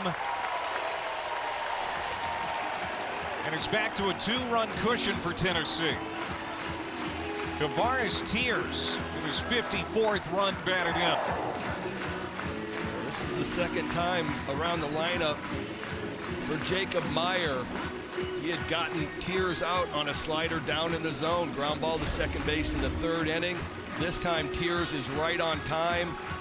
I mean, it was not a bad pitch at all. He just gets out there and hooks it. Great swing. Having a great year. Yeah, he was a cleanup hitter for Tennessee for quite some time, and then Tony took some pressure off of him, or at least that was the plan, the thought, moving him down into the 6 hole, and he's been very productive from the 6 spot in the lineup. Now here's Dean Curley again. Curley is 0 for 1 with a walk and a run scored. Takes the first pitch, ball 1. 6 hits for Tennessee, all extra base hits. Just like yesterday, just punishing the baseball. Not a ton of hits. They're slugging a ton. The Evansville bullpen is active one more time. Donovan Schultz started it. Jacob Meyer on the mound now, and that's Hansman, the right-hander, getting loose. Those have been their 3 main guys. They used Harris yesterday for 2 1/3. Myers about on fumes right now. Just trying to get through this inning. I gotta believe Wes Carroll's just trying to get him through this inning without any more damage. Then Hansman comes in with a clean slate.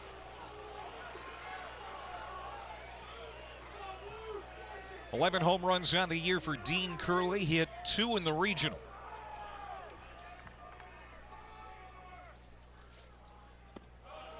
He is hitless so far here in the Super Regional. That was a big run for Tennessee just now.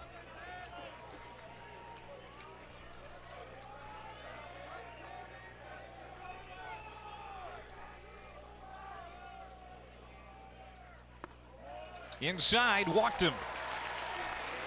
Second walk for Curley today. So now Laurie will come up with 2 outs. He had a double to the gap his last time up. It's the second walk of the inning. He's going to draw the pitching coach, Tyler Shipley.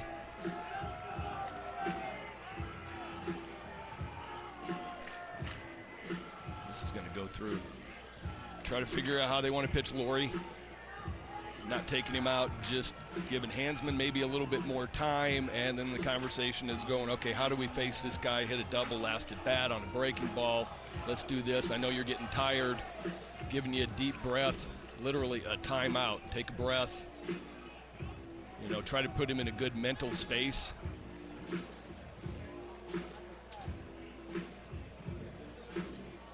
While we have a minute, I want to tell you about our featured June lineup. Rolls on tonight on ABC with Game 1 of the Stanley Cup Finals between the Oilers and the Panthers. And tomorrow afternoon, our F1 Canadian Grand Prix coverage begins at 12:30. Sunday Night Baseball on ESPN. The series finale between the Dodgers and the Yankees. And Game 2 of the NBA Finals is tomorrow night. Celtics and the Mavs. Celtics up 1-0. 2 on, 2 out. Laurie at the plate. Just his 6th start of the year and a glorious opportunity here to help his team. Yeah, they did a great job. Double, last at bat. First at bat's probably shaking the rust off, struck out. This is his second look at seeing Jacob Meyer. And Meyer has now started to really struggle throwing the breaking balls. It happens, you get fatigued, your legs get a little bit tired, and you're just not able to duplicate the mechanics consistently when your legs get tired. Hansman is set down, at least for now, it looks like. I'm sure he's probably just getting a drink of water and taking a breath and then This is clubbed to right field. It's going to stay in the yard. Fugers over to his right. He's going to make the catch. And Tennessee will have to settle for 1 here in the 5th inning. But the lead is 2 now for Tennessee. Evansville still very much in this ballgame.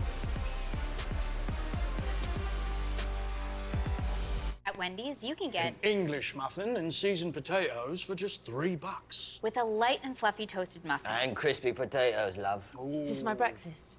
Yes, yes it is. She bought it. Grab a proper $3 Wendy's breakfast for a limited time. Maria's ready to buy her first home.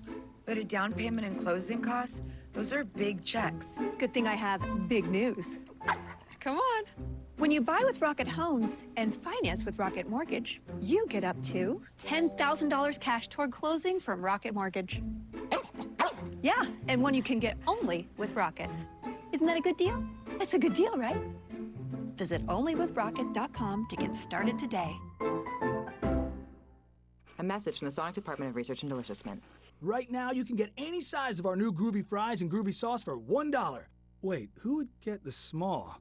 Okay, that makes no sense. Get any size Groovy Fry for $1. Live free, eat Sonic. He's arguably the greatest volunteer baseball player of all time. He's going into Cooperstown in July. Todd Helton, who had a tremendous career at Tennessee. He was actually a two-way star. Won the Dick Howser Trophy in 1995. Played his entire 17-year career with the Rockies. He was also a quarterback for Tennessee at one time. There's his number 3 on the left field wall. Still a lot of Todd Helton fans walking around with jerseys here at Lindsey Nelson Stadium. Now, you and Todd were inducted into the College Baseball Hall of Fame in the same year, and it's not that long ago. Not that long ago, no. It was during COVID, and yeah, we didn't have the ceremonies like they usually do in Lubbock. So didn't get a chance to see him in person, but I know that I hated seeing him when he came to the plate. And going to be only the second SEC Hall of Famer. Horde making a bid down the line and foul. Brendan Horde, the 9-hole hitter, took it deep down the line, but foul against Drew Beam. Big spot right here for Drew Beam.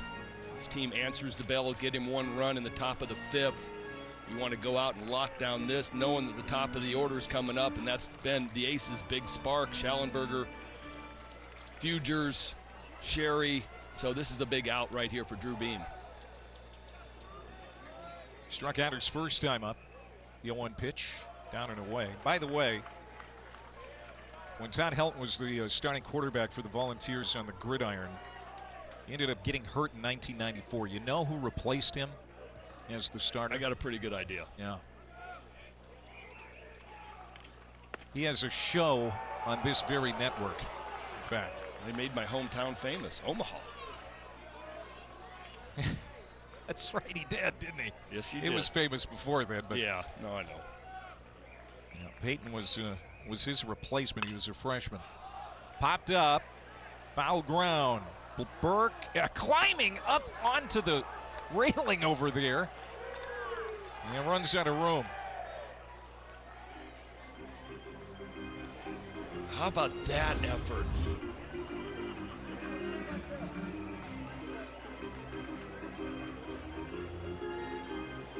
Man, if that net gives way, that's 240 pounds of Tennessee Volunteer coming right into your lap. You got lucky he didn't catch a spike right there. You know, get a spike caught in the net. Yeah, I can't imagine that Tony Vitello, I'm sure he appreciates the effort, but, you know, hey. Careful. Careful, please. Probably held his breath when that happened.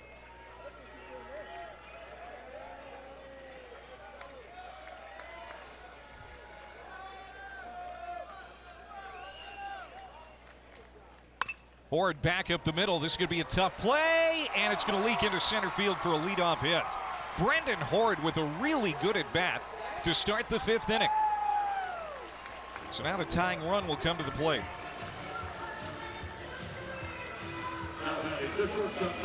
So look at this. First time through the order, 0 for 8, 4 strikeouts against Beam. Second time, they have timed up Drew Beam. 4 for 9, a homer, a double, and 3 ribbies. Well, that's a little bit on the pitch sequencing.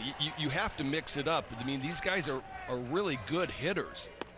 You have to mix up your looks. Your first pitches have to be a little bit different. And Drew Beam is very good with his 4 pitches. It's just been some really good at bats like that one right there by Horde.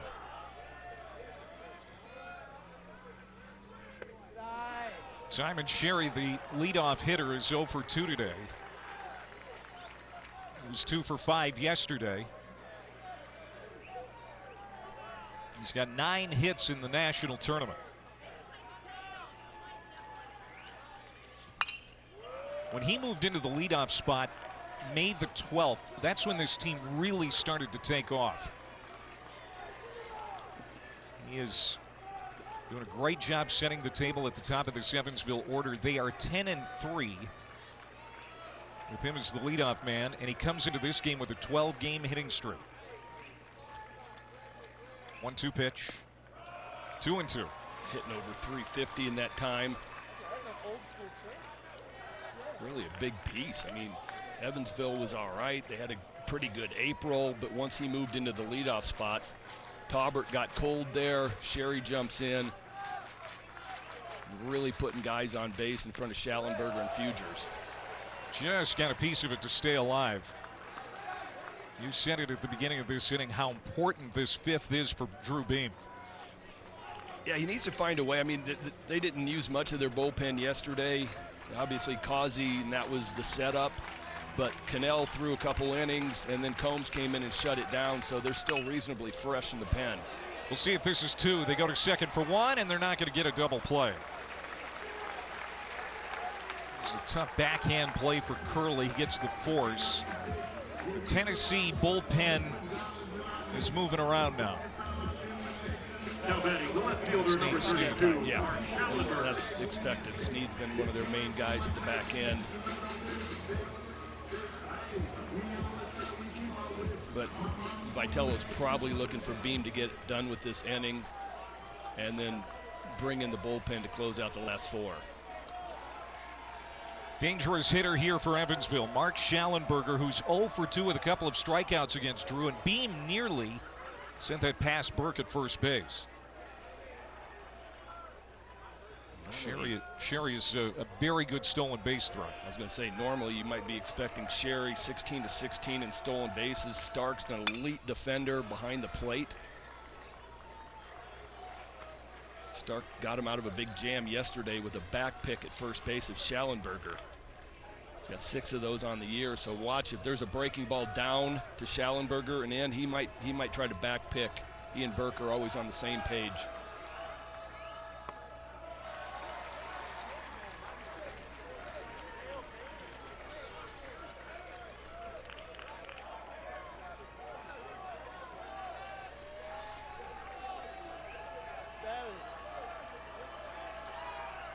Ball under strike to Schallenberger. Just missed downstairs. Chris Koski going to hear it from these Volunteers faithful.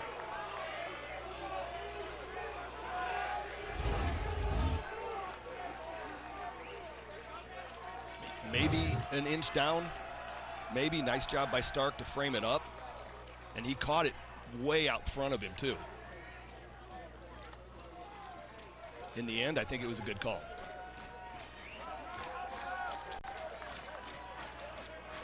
Schallenberger, a former walk-on. He has turned into a star for Evansville. 1 on, 1 out, the 2-1. Ground ball. Backing off is Laurie. He makes the right decision. That was going to be tough if he tried to play it on that first hop. So he sits back and gets the sure out at first. Sherry now in scoring position, but they're 2 down. Solid play. Beam just seems to have Schallenberger's number.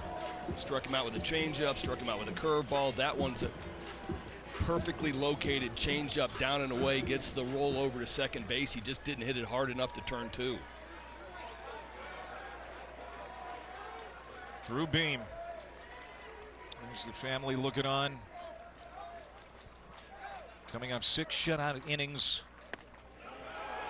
His last time in a super regional at Hattiesburg against Southern Miss. to send Tennessee to the College World Series. Trying to be the winning pitcher again today to send the Vols back to Omaha. A difficult out to get here in Kip Fugers.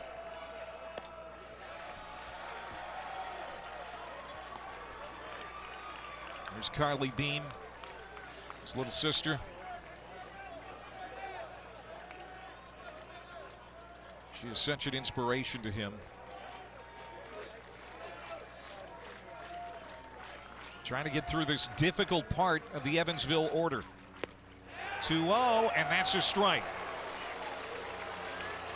Seemed like almost the same pitch that Schallenberger saw on a breaking ball, different pitch. This one was a changeup. See the respect that they have for Fugers. 2-0 changeup down bottom of the zone. Breaking ball, base hit, and that's going to score a run. Sherry is going to score. And Kip Fugers with his second hit and his 69th run batted in.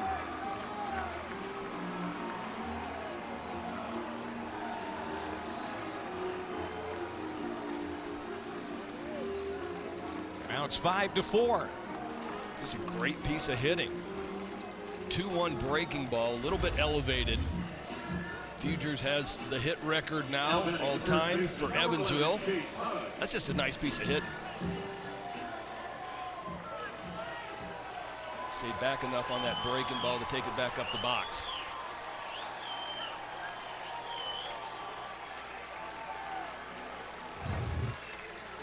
Tony Vitello to the mound.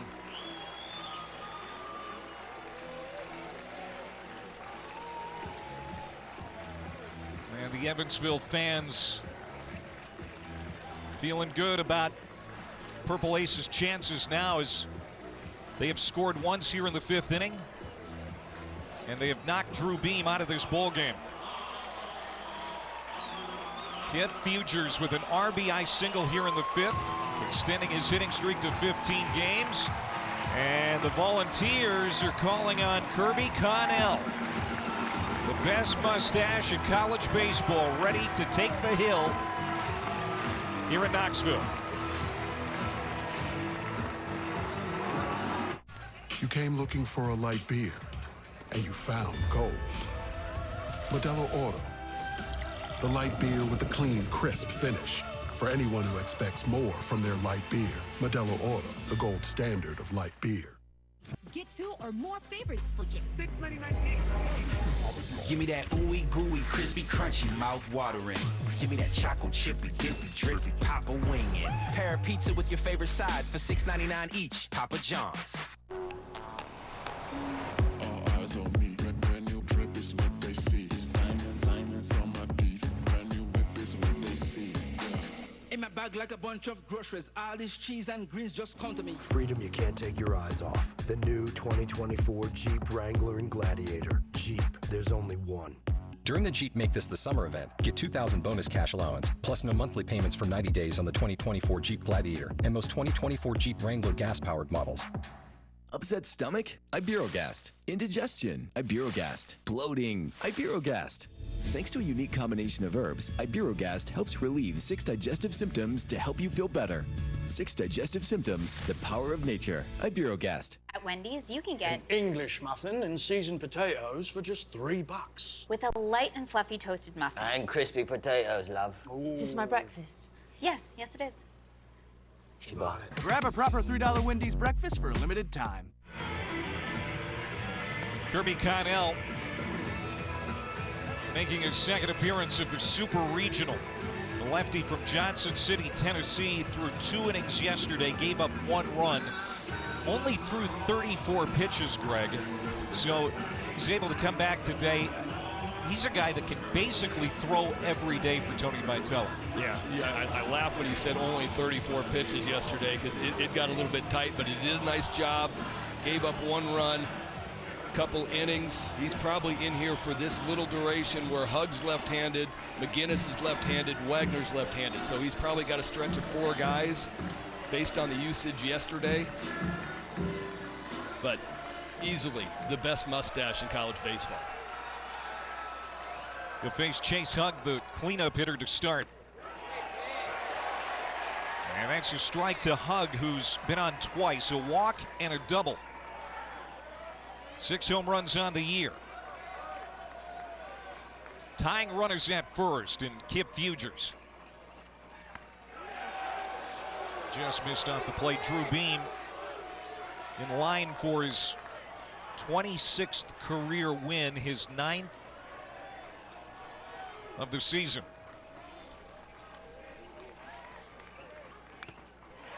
And that's fouled off of Cal Stark, and he's in some pain.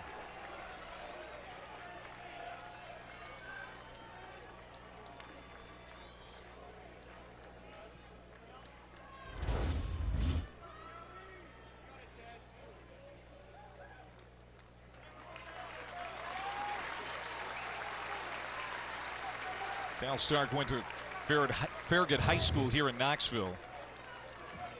And the last couple of years has been among the best defensive catchers in the SEC. Yeah, he's an elite defender. Should have a shot at the next level. Talked about his bat improving and how hard he's worked on fixing his ABs and his swing. Chase Hug looking for a big hit here for Evansville. The 1-2. Breaking ball lifted down the line and twisting out of play. Remember, Hug had a big 2-run homer against VCU in the regional. Has had an injury-plagued year. Has gotten healthy at the right time, or as healthy as he's been all year. Trying to deliver down a run here in the 5th inning.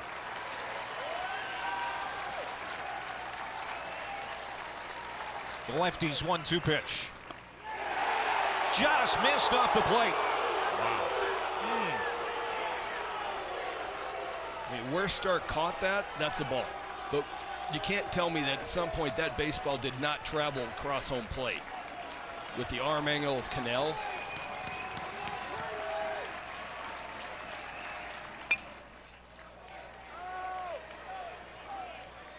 I mean, you know it's a good breaking ball when he's thrown 6. And it's still not a good swing. Still not a good foul ball. He's barely flicking foul balls fair. I mean, Cannell throws 90. He throws a fastball in here, coming out of that same slot as that slider. 2-2, that's down. Back pick, and back is Fugers. Remember yesterday, Cal Stark with a beautiful back pick on a strike him out, throw him out double play. This is so good. Back, he picks it backhanded, comes up, fires behind Hug. Like I said, he and Burke are on the same page. Burke will find his way over to the bag if that secondary lead gets too far. Stark will try to back pick. A full count to Hug. Good at bat for Chase. He's been around college baseball a long time. This is his 6th year. You know, I'm asking Cannell to throw a fastball, but after yesterday throwing 34 pitches, I'm sure he's not really trusting the velocity on the heater. And he's going to Old Faithful, which is that wipeout slider.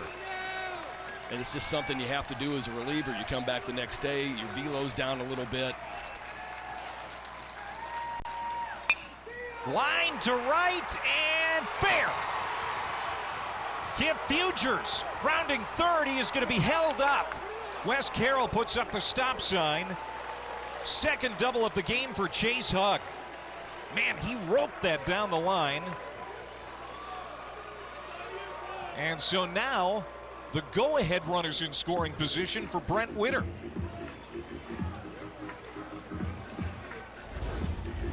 You throw this many sliders, at some point you're going to leave one elevated, and he did. Hug was right on time.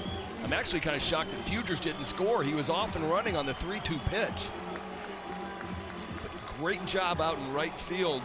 Tears getting the ball in so quick. Yeah, that was the key. I mean, he bobbles it at all, but I'm still kind of shocked. Fugers is off and running on the pitch. So Kirby Connell faces one. Pitching change again here on Rocky Top.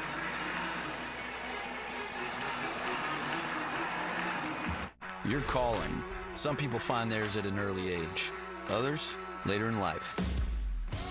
Our calling was to build trucks, and that's why trucks are what we do.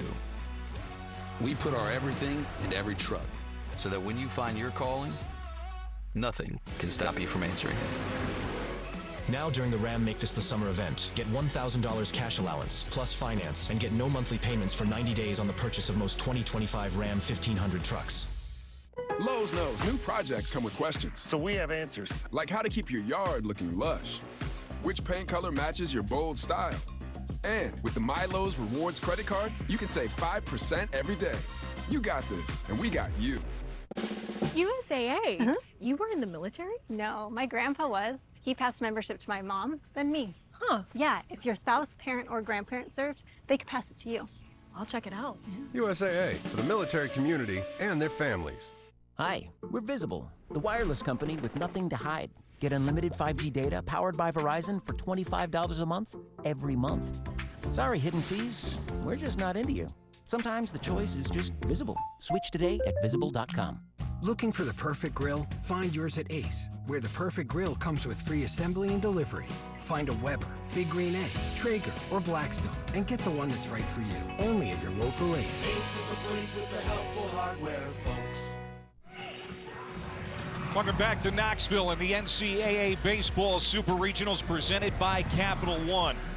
It has gotten ticklish for these Volunteers fans as the veteran team, the Evansville Purple Aces, have the tying run at third, the go-ahead run at second here in the fifth inning. And the second pitching change of the inning.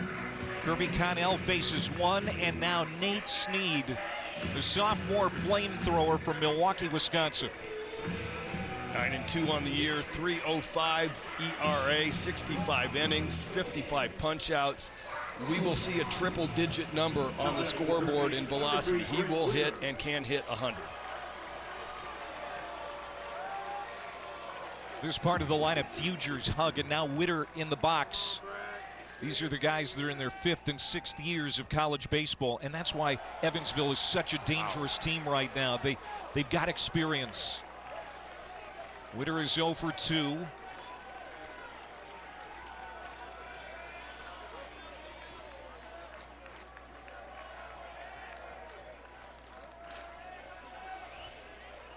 The 1-0 pitch from Snead. There's that fastball you're talking at. It's 98 to start. The pitch before that, Stark did an unbelievable job of catching 99 in the left-handed batter's box. That heart is racing. Huge moment. You got to find a way to temper the adrenaline. Breaking ball. 2-1. Brent Witter, one of the cornerstones for Wes Carroll's program. Started recruiting the Sheboygan native when he was a sophomore in high school.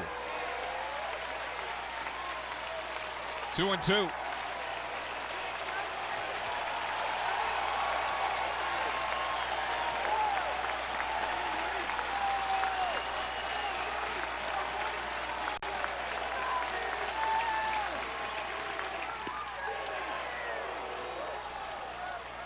That's that moment that you're feeling the fans all standing on their feet. The adrenaline kicks up a little bit, and you want that big punch out. You amp up the velocity a little bit, and your command just shades off a bit. Line drive, base hit. Fuger scores. Hug is going to stop, and he's going to get back to third safely. It's a tie game at 5. Brent Witter, his first hit of the Super, and it ties the game here in the 5th inning. Everybody in the ballpark knew a fastball was coming, and Witter got on time. Fastball down in the zone, takes it right back up the box. Now batting the second baseman, number 7, Cal McGinnis. And now Snead has to deal to the hottest guy in this Evansville lineup right now, Cal McGinnis, was homered in back-to-back games.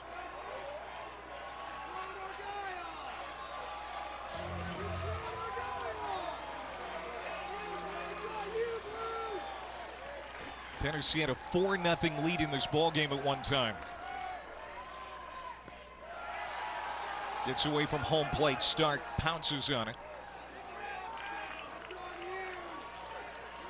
McGinnis a fly out in the second. 2-run shot in the fourth. Evansville did not get a hit until the fourth inning. Bats have come alive for Wes Carroll's Aces. The 1-0. Down. And McGinnis chased it. It's ball and a strike. Stark's going to earn his money right here, man. He's got to be a huge backstop. Nothing past him at this high level of velocity. Sliders up around 90. He's got to be a wall back there.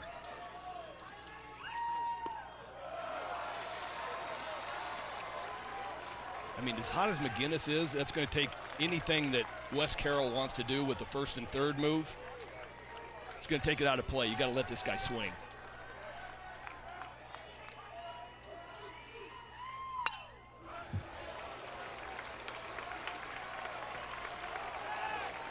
This is back in the fourth inning. Drew Beam was still on the mound. Breaking ball elevated.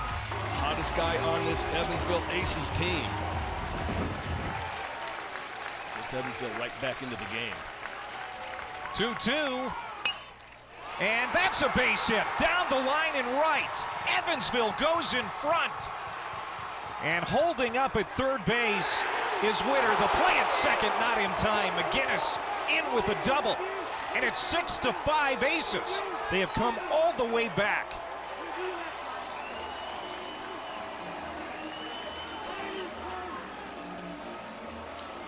There's going to be a review right here. I think McGinnis might have been out at second base. Tears with a cannon. But no stride, stays back, and just pulls the trigger on a breaking ball that's up and in. Nice left-handed stroke. Tears throws an absolute dime to possibly get McGinnis at second base. How hot has Cal McGinnis been? Boy, that is close. My first look was I thought he was out. Wow. Is there enough evidence, though, to overturn the call on the field? McGinnis with 5 RBI in this super. It's unbelievable.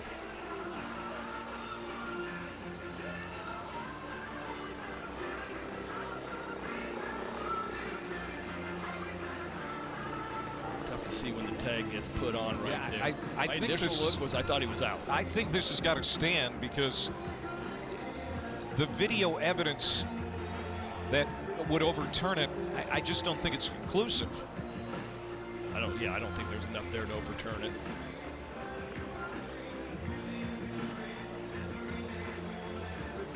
Oh, maybe right there. Looks like he is out. I don't think he was expecting Tears to have that much of a cannon and to throw an absolute strike to second base. So if it's overturned, it's inning over.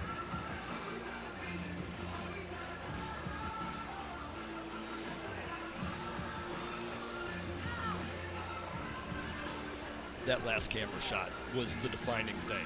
Everything else before that. He's out. And so the inning is over, but damage done. Evansville has the lead for the first time today. It is 6-5 in game 2 of this Super Regional. We'll see how the Volunteers respond now. Looking for the perfect grill? Find yours at Ace, where the perfect grill comes with free assembly and delivery. Find a Weber, Big Green Egg, Traeger, or Blackstone, and get the one that's right for you. Only at your local Ace. Ace is the place with the helpful hardware, folks. Welcome to London, a royal stage for MLB's World Tour and an NL East clash. Welcome to the show. Mets Phillies Sunday at 10 a.m., then Dodgers Yankees at 7 on ESPN. Hey, I'm Dea, and a little thing I love about the Chick-fil-A chicken strips is that crispy breading. First bite is always without the sauce, and then you open up the sauce and you dip. The combination just works so well. Real customer paid for their testimonial. Stressed out? Time to refresh your rhythm with Trident.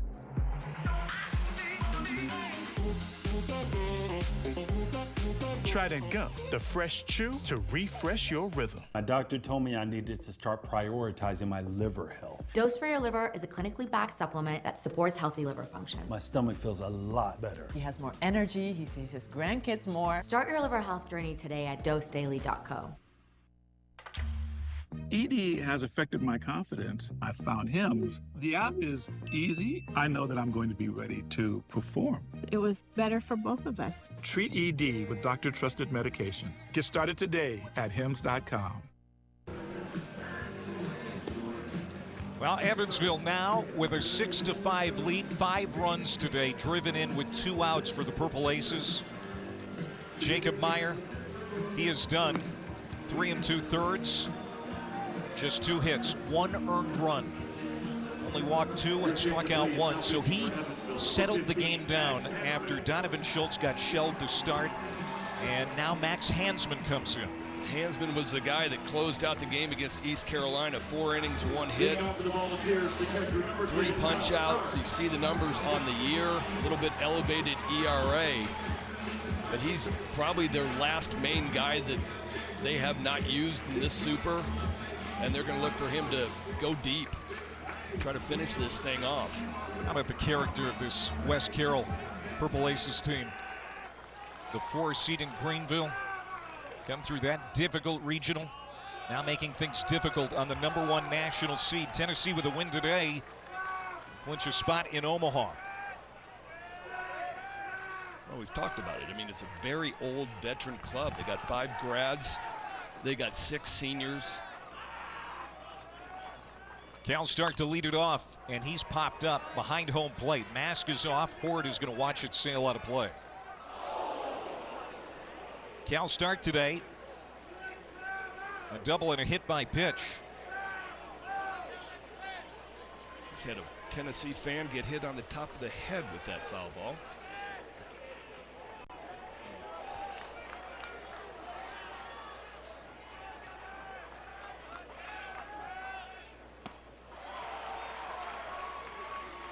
Pitch there from Hansman. But in, Stark got tied up 1-2. He's one of their bigger arms. Get up to 92, 93. Another fastball heavy guy, mixes in a slider and a changeup.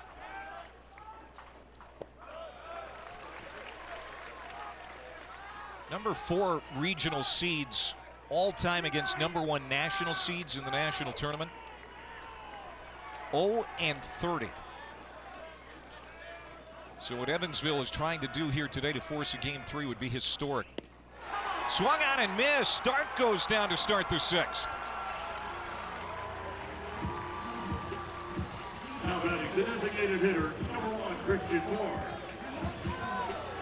Evansville, the 10th 4 seed in the last 12 years to make the Super Regional. And you know, a few have made the College World Series, including Oral Roberts last year. And who can forget about Fresno State back in 2008? They were a 4 seed, barely got into the tournament, and they ended up winning it all. Yeah, that was an amazing story. Only team with a losing record to win the national title.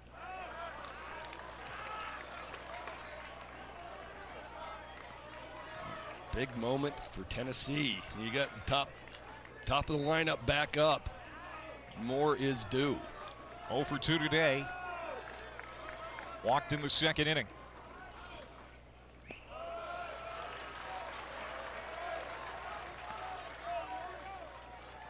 How much fun have the Volunteer fans had this year watching Simo, junior from Brooklyn, New York.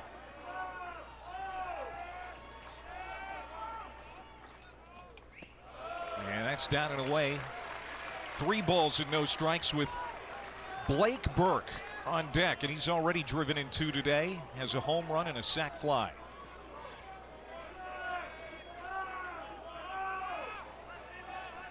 .3-0 from Hansman. And way upstairs. Moore is on for Burke. And now we got UConn beating Florida State all of a sudden in game 2 of that Super Regional. 7-6 now. That game has moved to the 7th inning in Tallahassee. Florida State, if they can win that, they'll be headed to Omaha. So Moore is aboard.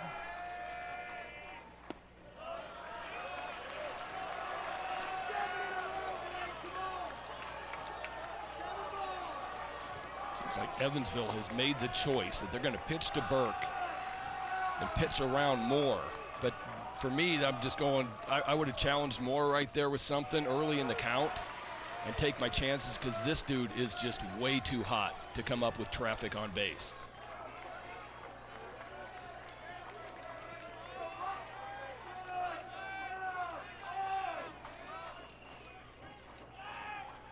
One, 2-1.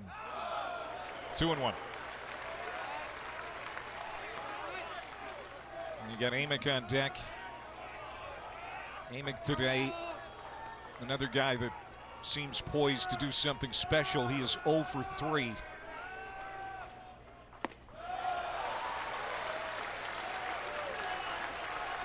That's a big miss. And now it's 3-1. Yeah, he's a little amped up. Talked about the adrenaline last inning with Snead. He's got the same thing. There's a lot of adrenaline going on, and it's finding a way to harness it before some damage happens. Non-competitive walk against Moore. And a walk here to Blake Burke. The third baseman, number 11, Billy Amick. Here comes Billy Squires again, and the stroke.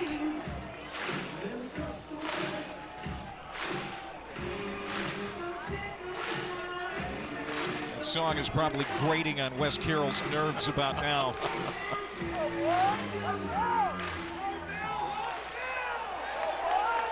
Two on, 1 out. Tennessee down 1.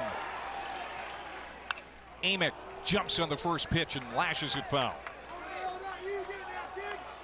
He's going to want that pitch back. Hanging breaking ball out over.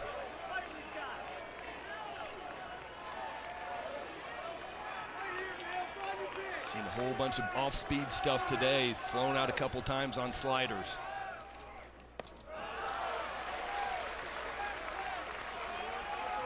Amick hit his 22nd home run yesterday, about halfway up the light tower and straight away left field.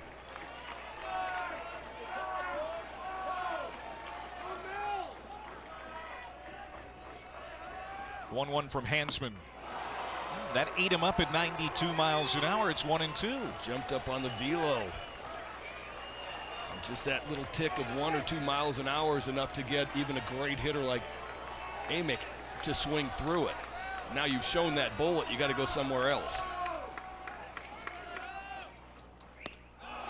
Just off the plate. Count is even.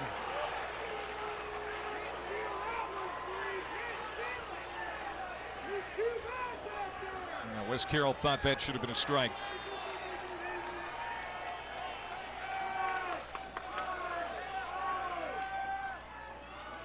Two.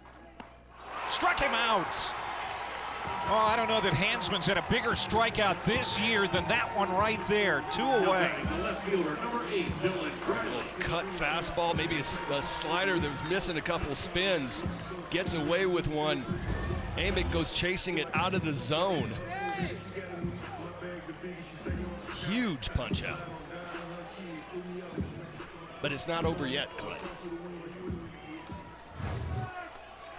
Now you get through one, and then you've got another one, and this time it's Dylan Dreiling, the cleanup hitter for Tennessee. Homered back in the first inning. And that gets away from Horde. The runners advance. Horde just lost it down at his feet. Great read by Moore. He saw that ball in the dirt, didn't get picked clean, and he was off and moving. Burke follows him.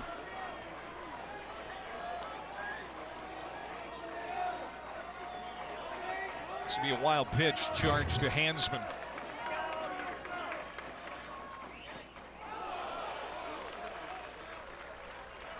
This is a critical point in this ball game for Evansville. Looking for that third out, this dangerous part of the order. These 1 through 4 hitters were murdered on the Aces yesterday. You got an open base now, but the guy on deck, Ensley's already got a home run today as well. You're looking at a little bit of a murderer's row from the 27 Yankees. That's Ensley on deck. He homered back in the first, as did Dreiling. That's 3-1. Tennessee today has not really cashed in on their opportunities. 1 for 7 with runners in scoring position. There's a tying run and Christian Moore third. 3-1 pitch. Ground ball. This could be a tough play. To first. They got him. Oh, this is going to be reviewed for sure. Greg Street called him out.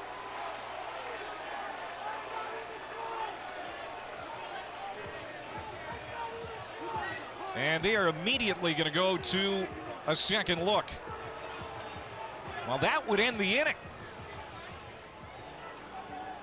Call was out on the field. We'll look at it again.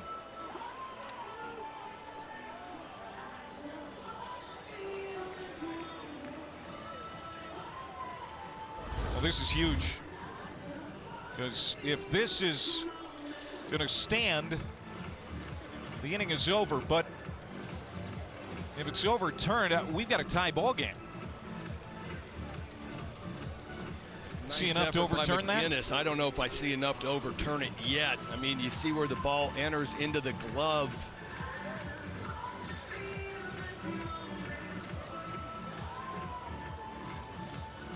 I mean, as we lose the ball into the glove, he's not on the bag yet. But then when you see that the ball hits the back of the glove, he's on the bag.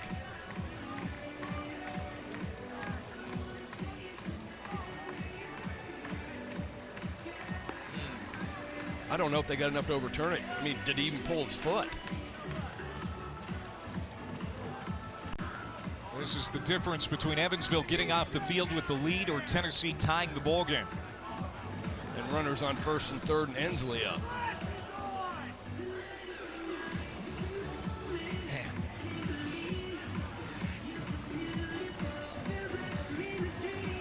I don't know. I mean, like I said, the call on the field is out. I think it's got to stand. I do too. And the Tennessee fans are going to absolutely hate it.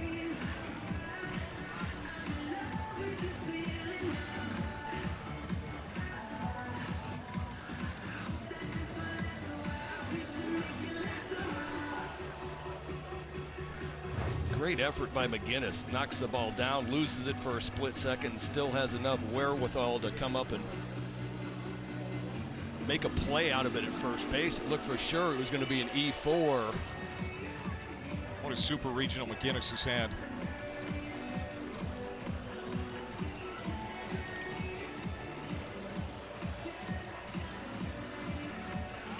Here comes the call.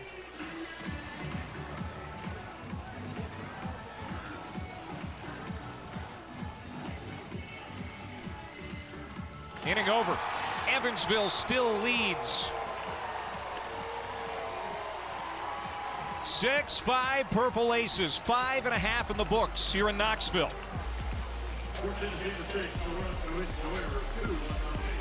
Don't freak out, but you can get 50% off all menu price Domino's pizzas when you order online right now. Right now? Right now. Right now? Right now? Right now. 50% off, honey! Right now! Now through the end of the week, get 50% off all menu price pizzas when you order online at Domino's. We've never spoken, but you've told us many things. That you love stargazing, hate parallel parking, and occasionally your right foot gets a little heavy. The Lexus ES didn't begin in the studio, it began with you. Hi, we're Visible, the wireless company that makes things visible. Get a one-line plan with unlimited data powered by Verizon's network, just $25 a month. Because you shouldn't need a shared plan to save. One person, one line, one great rate. Switch today at Visible.com. At Wendy's, you can get an English muffin and seasoned potatoes for just $3. with a light and fluffy toasted muffin. And crispy potatoes, love. Is this my breakfast? Yes, yes it is. She bought it. Grab a proper $3 Wendy's breakfast for a limited time. Looking for the perfect grill? Find yours at Ace, where the perfect grill comes with free assembly and delivery. Find a Weber, Big Green Egg, Traeger, or Blackstone, and get the one that's right for you. Only at your local Ace. Ace is the place with the helpful hardware, folks.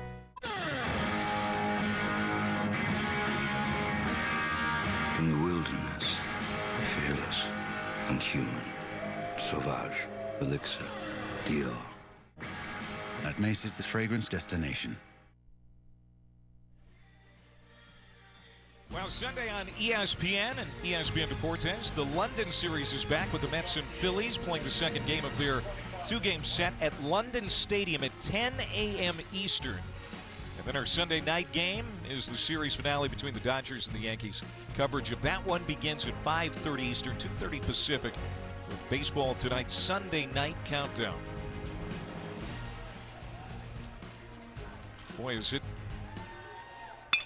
gotten interesting here in Knoxville. That's a leadoff base hit for Evan Wagner, the DH, against Nate Snead, as Evansville has scored 3 in each of the last 2 innings, Greg Olson, and this is a team that wants to be around on Sunday. Yeah, they want to make this last run with these seniors. They know how much it means. Yesterday, it felt a little bit dead, even though they were in the game until a 3-run home run late in the 7th. But they are right here, right now. It's just a matter of keeping that Tennessee offense down. Well, Evansville started this game 0 for 10 with 5 strikeouts. Since then, 9 for 14 with a home run, and all 6 of their runs have come in over that span. This is Harrison Taubert. He is hitless in this ball game. In fact, hitless for the Super Regional. Transfer from Northeast Community College in Nebraska, Casper, Wyoming native. And Snead misses down. Boy, Tennessee, just so many missed opportunities in this ball game now. They've left 8 on, 6 in the last 3 innings. Breaking ball, hit to left, jumped off the bat, but it's a lazy fly ball to Dreiling for the first out. So the crowds have been breaking attendance records here at Lindsey Nelson Stadium all season long. Another one today, 6,506, breaking the record that was set a week ago today against Indiana last Saturday.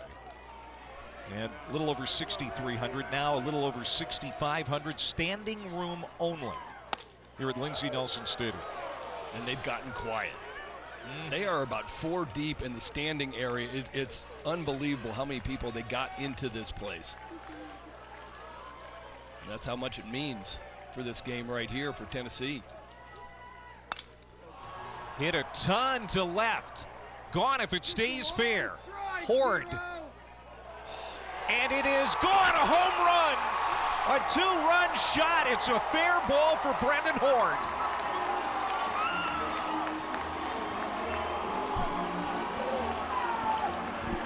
The 9-hole hitter for the Aces.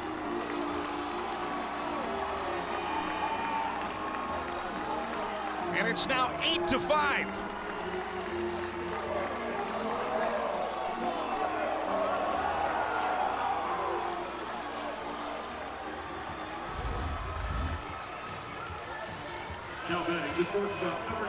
Fastball inner half. He gets the bat head out. This ball looked like it was going to be 15 yards foul. And then all of a sudden, the last part, you can see Snead was just asking for another baseball. He thought it was a long foul ball. Then all of a sudden, that thing came back to the right. I've never seen that. I had to check the wind. Brendan Horde was 0 for 18 in the NCAA tournament before that at bat.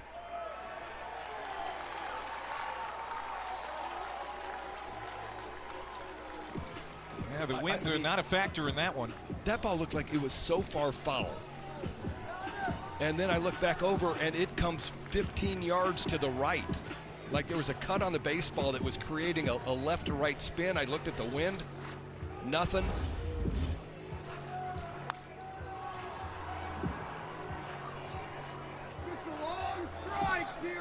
I think Horde was as surprised that stayed fair as everyone else was. Yeah. He didn't believe it until it landed either. Big swing and a miss from Simon Sherry. 2-1 the count to the leadoff man. A 2-run homer by Horde, his 9th of the year. Kentucky transfer, giving Evansville a 3-run lead.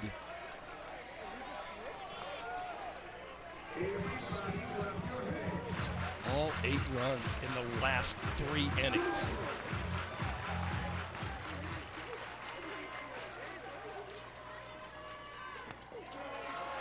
So Evansville with its biggest lead of this Super Regional. They had a 2-1 lead early in yesterday's ballgame and then trailed for the lion's share of this one. But they have scored 8 here in the last 3 innings. And remember in the first inning, Greg, I mean, it looked like a softball game. Tennessee was launching balls out of here left and right. 3 solo home runs in the first inning, and it didn't seem like it was going to be much of a contest today in game 2. Raptors short. And low throw from Curley, but Sherry is out. 2 down. Boy, how the tables have turned. I don't know if any one of the 6,500 people that are here is not in shock. Even the Purple Aces fans. Oh yeah, no, I'm counting them too. I think they're in shock.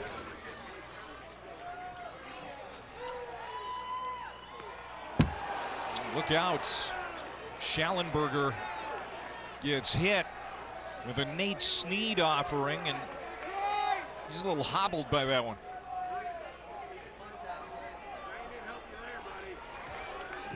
Boy, this game has really gone in the wrong direction for Tennessee. They were in command, and now things are kind of slowly unwinding for them.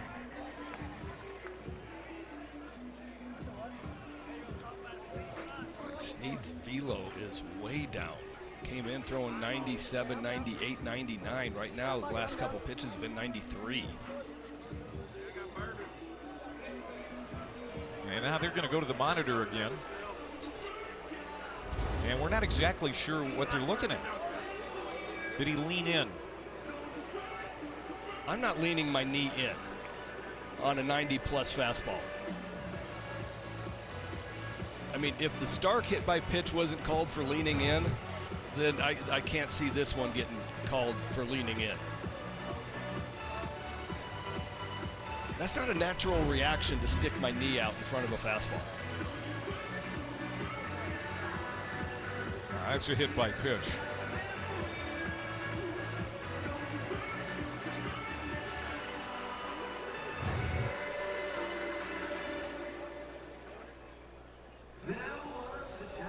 So Schallenberger, that's what he does. I mean, that's going to be the 59th time he's been hit by a pitch this season. The guy has just a knack on top of everything else that he does for Evansville. He got hit 4 times in the regional.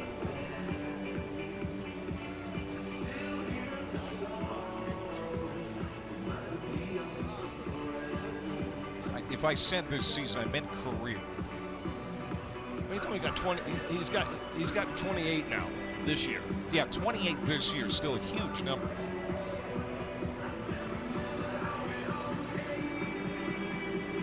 There's 3 more D1 players that have more hit by pitches than he does. Still looking at this.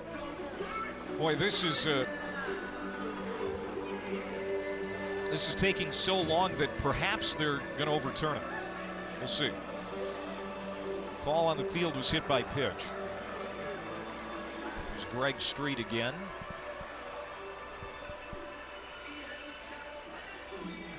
He's got to go back.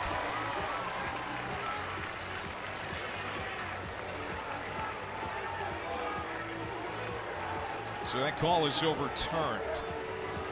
So Schallenberger comes back to home plate with a 1-strike count.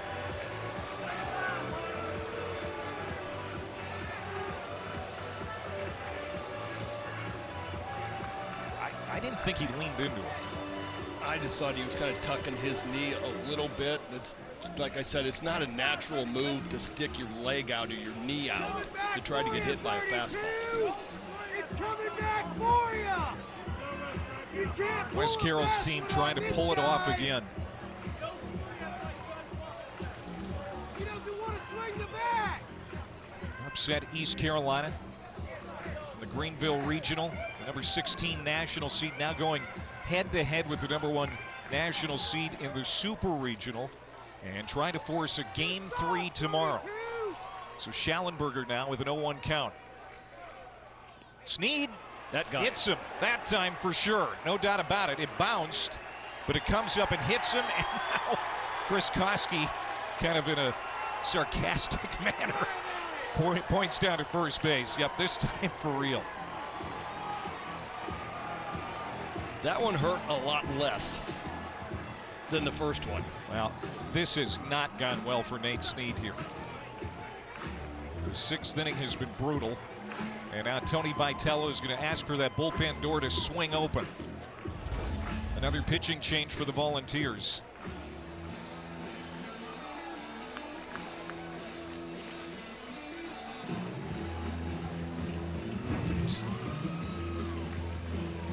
Andrew Banke making his way to the mound here in Knoxville.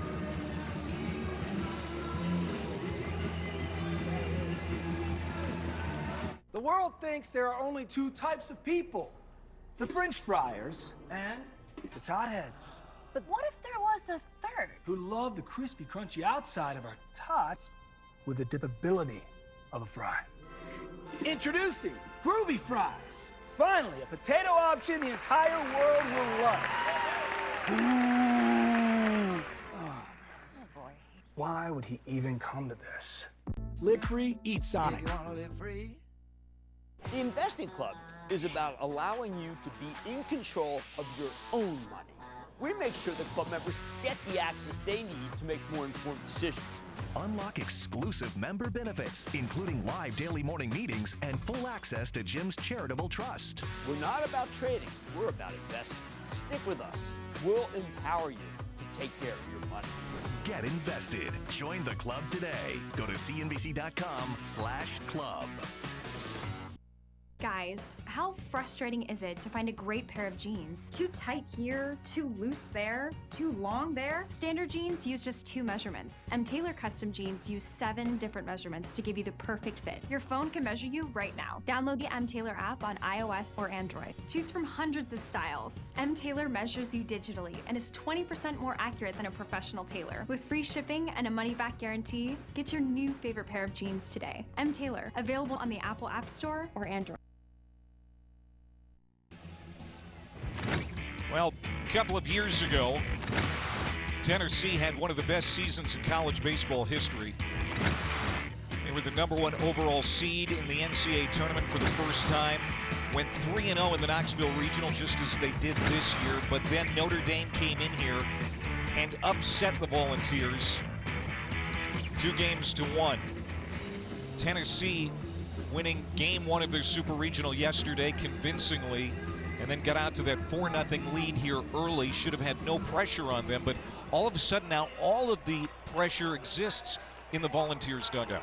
Yeah, right now everything has shifted over there. A couple of their reliable bullpen arms weren't reliable today. Andrew Banke has been reliable. Can he start shutting down Evansville? He's got a deal to Kip Fugers to start with 2 outs. Fugers a couple of hits today, including a run batted in his last time up.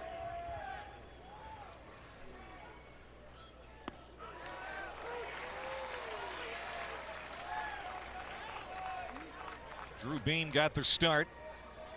Nate Snead did not have his best stuff today. This is tagged to left center field, carrying, and it is gone, a home run. Fugers. No, they're going to say it did not leave the yard. Boy, it sure looked like that went out and carried him back in, and now Wes Carroll is out to argue it too. It should be a home run. but the umpire is saying it did not go out. Controversy here on this play. Wes Carroll's going nuts. You gotta be kidding me. That ball bounced off the stands. I thought it was clear as day. Third base umpire Greg Charles on his way out there says that the ball stayed in play and it's a double.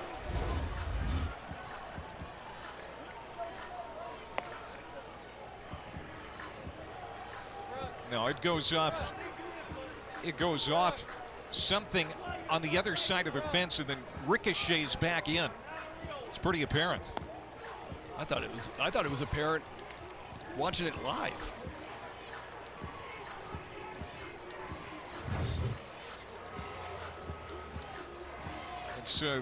It's a bar top out there on the porch, and it hit off the back side of that. He's saying no, it hit there. It actually hit here, and that's what it really did, but I'm telling the umpire that it hit here on the wall. This has got to get overturned. And they're going back to the monitor.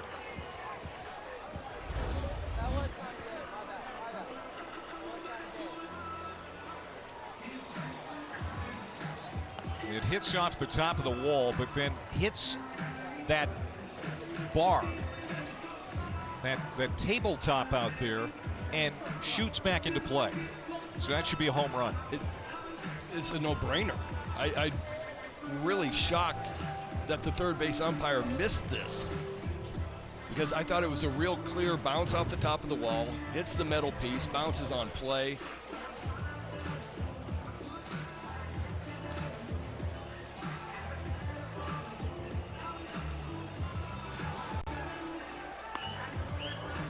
Carroll's got to hold his tongue right here, because man, it's going to be really hard to go, how would you guys, all four of you, miss this? Well, if this is overturned, it's the 22nd homer of the year for Futures. And it is. Goodbye home run. It's now 10-5. Evansville. And the fans here cannot believe it. On both sides. What a comeback. And now Kip Futures with that homer. A single season record, standing all by himself in Evansville history. 22 on the year. That dude has put the aces on his back. The last 3 innings, he has 2 singles and that 2-run home run. He's got the program record for single season hits, and now he's got single season home run record. 7 2-out RBIs now for Evansville today. 7 of their 10 runs come with 2 outs. Tennessee can't get off the field.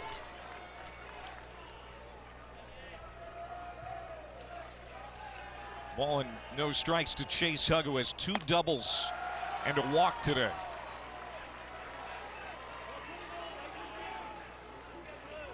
Evansville looked like they were going to go 2 and out. Back in the first and second innings of this ball game, it was all Tennessee, everything going the Volunteers' way.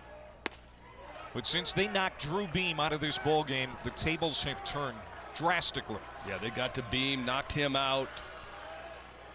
Cannell came in for 1 hitter, gave up a double. Snead was not his normal self.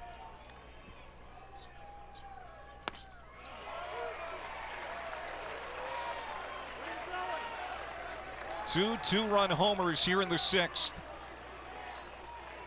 And Tony Vitello with his hands and his hips. How much he can say right now. Swung on and missed. Banky finally gets Tennessee off the field. Can the Volunteers respond? Kip Futures with a team record 22nd home run of the season. Some controversy, but it's overturned. And the Aces doubling up the Volunteers here in game 2 now. It's 10-5. Popeye's Big Box is back for just $6.99. When you're hungry, you need a big box. But when they're hungry, you need an even bigger box. Now for only $20. 2 great ways to save at Popeyes. Love that chicken from Popeyes. Some people just know there's a better way to do things. Like bundling your home and auto insurance with Allstate. Yeah, she knows. And some people don't. Like, come on. Yikes. No. You know there's a better way. Save time and money by bundling your home and auto with Allstate. You're in good hands with Allstate. At Wendy's, you can get English muffin and seasoned potatoes for just $3. with a light and fluffy toasted muffin. And crispy potatoes, love. Is this my breakfast? Yes, yes it is. She bought it. Grab a proper $3 Wendy's breakfast for a limited time. Welcome to Fandom 101. The only feeling better than going yard in front of thousands of screaming fans? Being one of those screaming fans. It's all part of the curriculum. The NCAA Men's College World Series, June in Omaha, Nebraska. Attendance is encouraged. Passion is mandatory. Buy your tickets today at ncaa.com/MCWS. Class dismissed. He was the guy they kind of thought would start. Well, here's their line score. You can see how the game drastically changed in the 4th inning. Evansville coming all the way back to lead it now 10-5 as we move to the 7th. And a new pitcher here for Evansville, Nick Smith. Big, tall senior, has been a starter. Former Missouri Valley Conference Pitcher of the Year a couple of years ago. He was kind of the projected Game 3 starter for this Super Regional. That was a guy that Wes Carroll told us could possibly start Game 3 if necessary. Well, Wes thinks he needs him now. Yeah, it's a curious move. I thought Hansman was throwing really well. Good stuff. Only ends up going 1 inning. Runs through the top of the lineup, and you bring your Game 3 starter in right here. Smith has started 9 games out of the 16. So it's Ensley, Tears, and Curley here in the 7th as Tennessee is now down 5. The biggest deficit of the postseason popped up. Short right field. Fugers running in, but it's the first baseman back in foul ground making the catch. Chase Hugg puts it away for the first out. I got to believe Wes Carroll has something that he knows about Nick Smith that fits in this spot right here, that you're giving up your Game 3 starter to bring him in for possibly the last 3 innings, and he must figure out that his fastball is going to be 85 to 87, slider 22% of the time, but he must like the matchup with Nick Smith and this order. This is Kavares Tears. RBI double his last time up. Ensley, the leadoff man, out. And Tennessee has had the leadoff man on just once today. That was Dean Curley back in the 2nd inning. He walked against the starter Donovan Schultz. So in 16 innings, Tennessee's had the leadoff guy twice.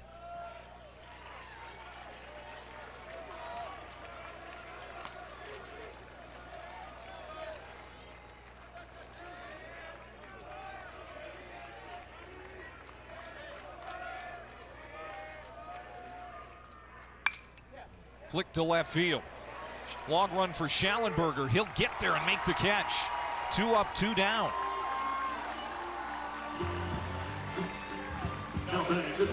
ESPN, the home for the NCAA College Baseball Super Regionals. For round-the-clock multi-game coverage, scan the QR code below. ESPN Plus subscribers access expanded coverage with Squeeze Play.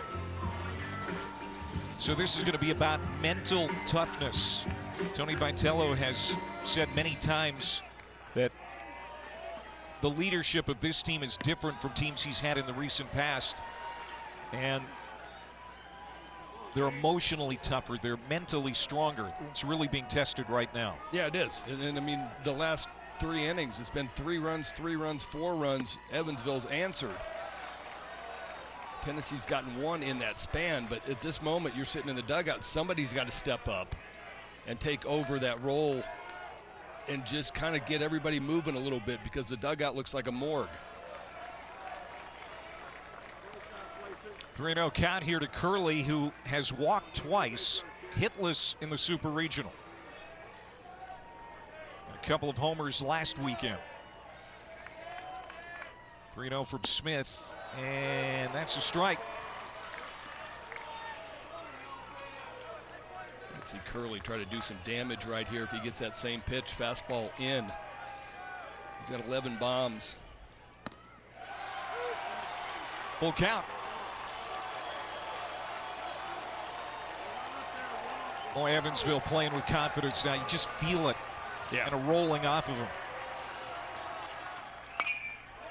Turned on. Deep left field going back is Schallenberger. Got a late jump on that ball, but runs it down on the track. It's a 1-2-3 inning for Nick Smith. And Tennessee starting to run out of outs here in game 2.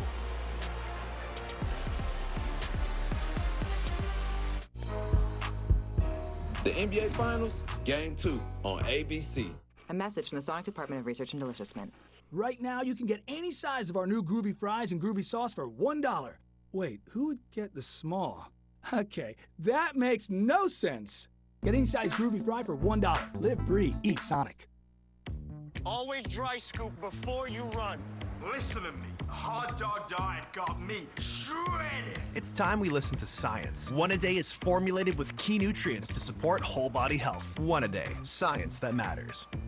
Remember space and legroom? That's more like it. The 3-row Lexus TX.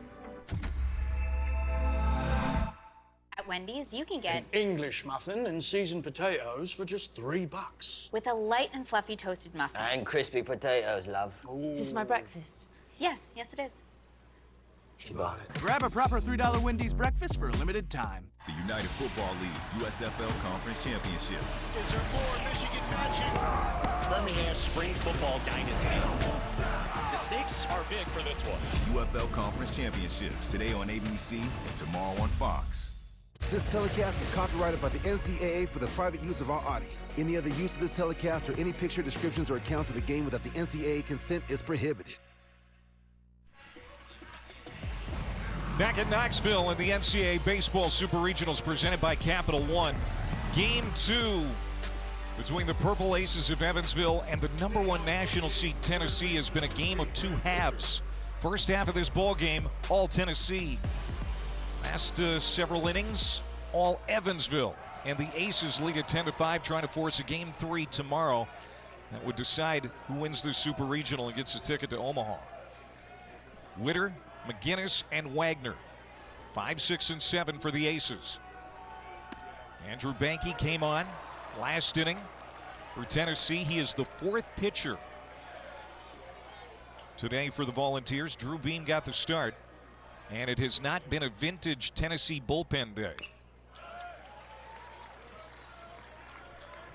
Greg, this is a team that has gotten hot at the right time. Evansville. They were 5 games under 500 through March. Since then, 27-9. This has popped up on the right side, and Laurie back. Second baseman makes the catch for the first down. So here's a look at Evansville's season at a glance. They got the automatic bid by winning the Missouri Valley Conference Tournament, upset Indiana State. Indiana State was in the conversation to host late in the year. First Super Regional appearance. Schallenberger's had a great year. Fugers has had a great year. They have doubled teams to death. But they've also hit a lot of home runs, and home runs have certainly been a part of this Super Regional experience for Evansville.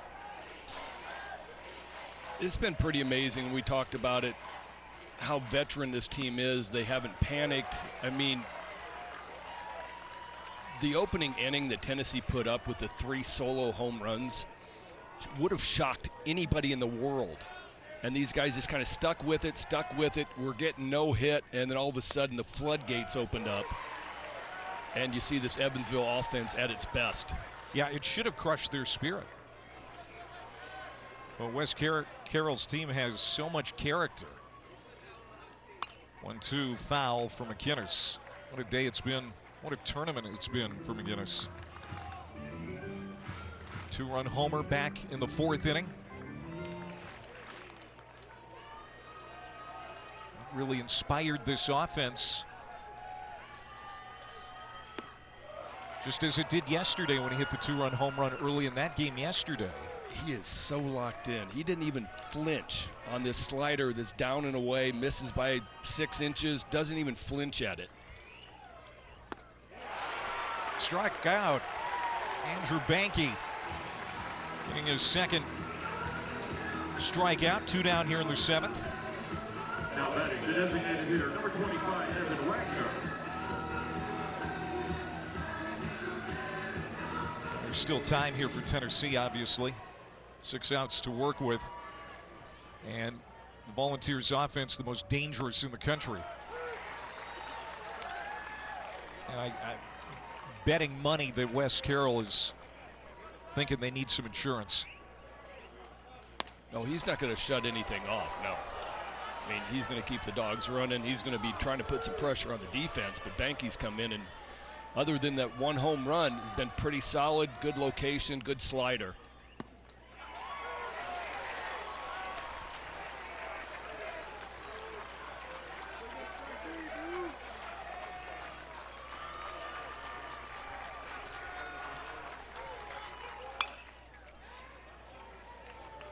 Tennessee needs a shutdown inning from Banky.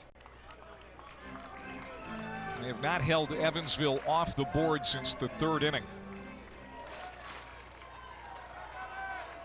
7 unanswered runs by Evansville. This is hit up the middle, going to be a tough play, and it's a base hit. Off the glove of Laurie. Rounding first, Wagner, but he's going to stay put. 2-out base hit. Here comes Evansville again.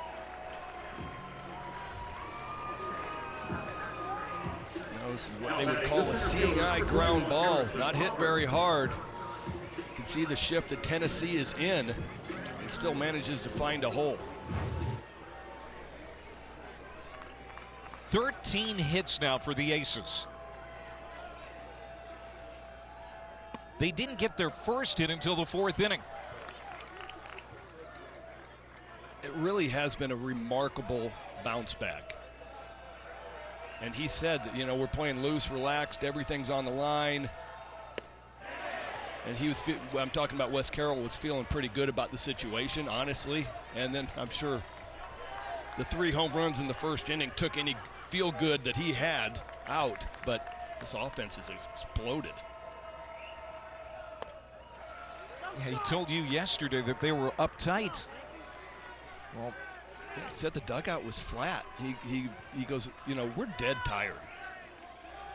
And he goes, physically tired, mentally tired, we're dead tired. And he goes, and it showed yesterday in the dugout, and I couldn't believe when it was 5-5 that the dugout was quiet. 2-1 to Taubert, little looping liner, and that's going to get in for a base hit. Back-to-back knocks with 2 outs here in the 7th, and Brendan Horde, who hit that miraculous ball down the line that stayed fair for a 2-run homer in the 6th, is coming up again.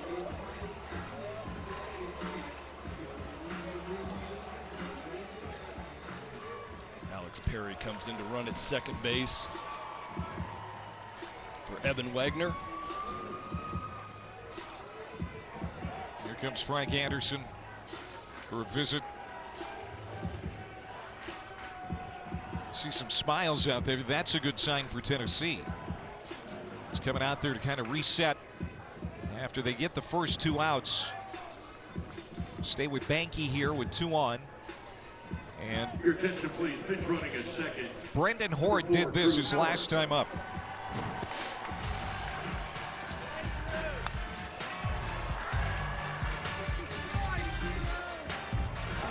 Barely stayed fair.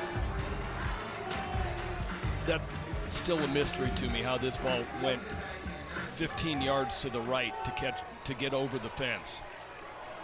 I mean, it was no doubt, it was a bomb. This one swung on and popped back. Out of play.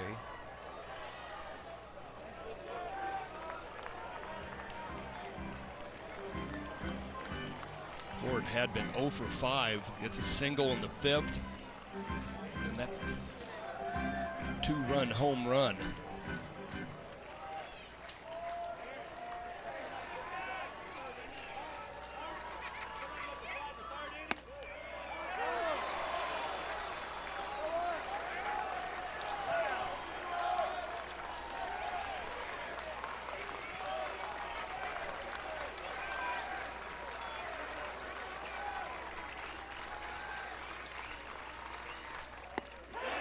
Called strike 3. So Evansville strands 2. They get nothing in the 7th. We go to the 8th. Tennessee down 5.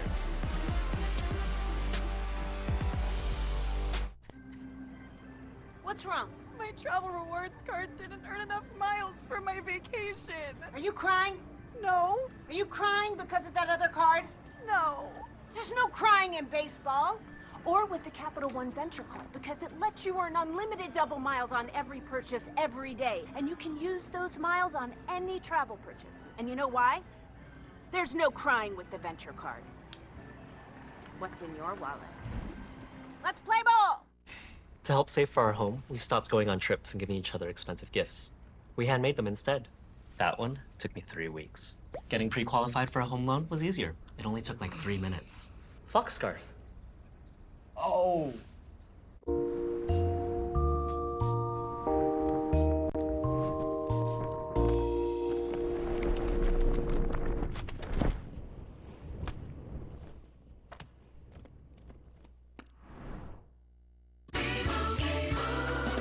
And Doug. Limu, someone needs to customize and save hundreds on car insurance with Liberty Mutual. Let's fly.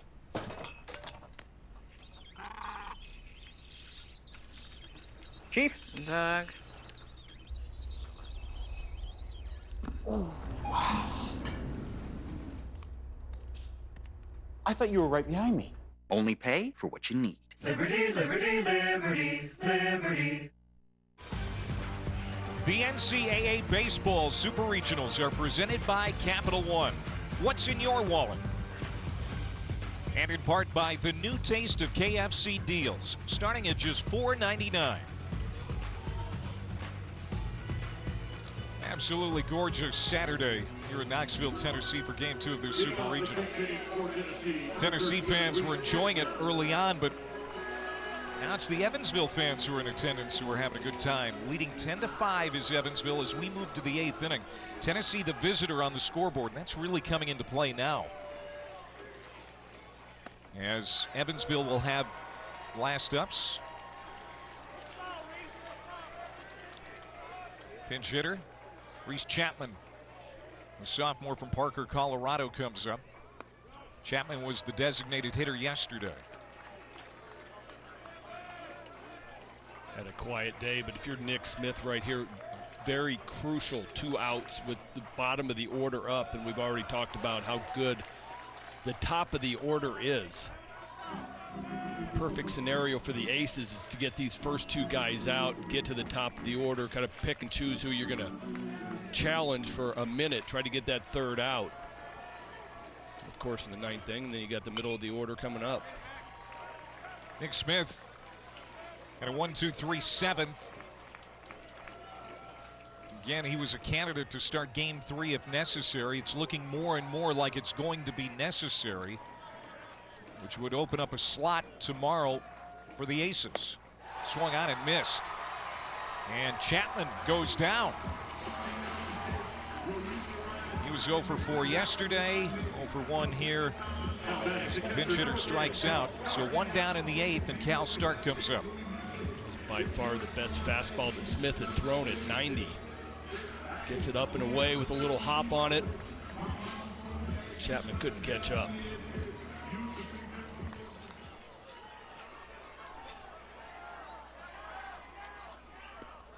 Stark a double his first time up back in the 2nd inning, then hit by a pitch in the 4th, a strikeout swinging in the 6th.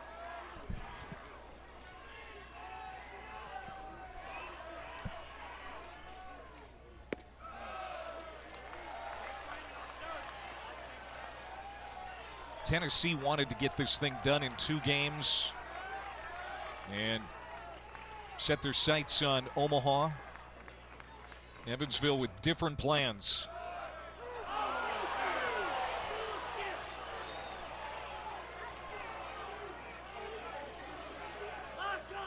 And then if this game goes to a 3rd game, or this series goes to a 3rd game, all of the pressure firmly on Tennessee.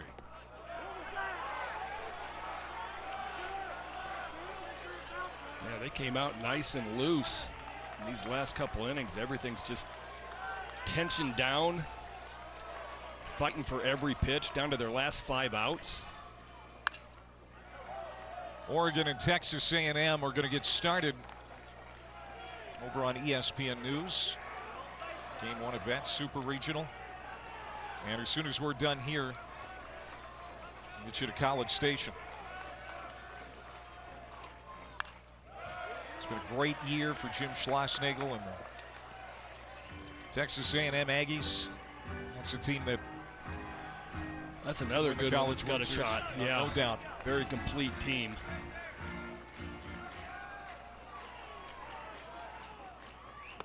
Swung on and missed. Back-to-back strikeouts for Smith here in the 8th.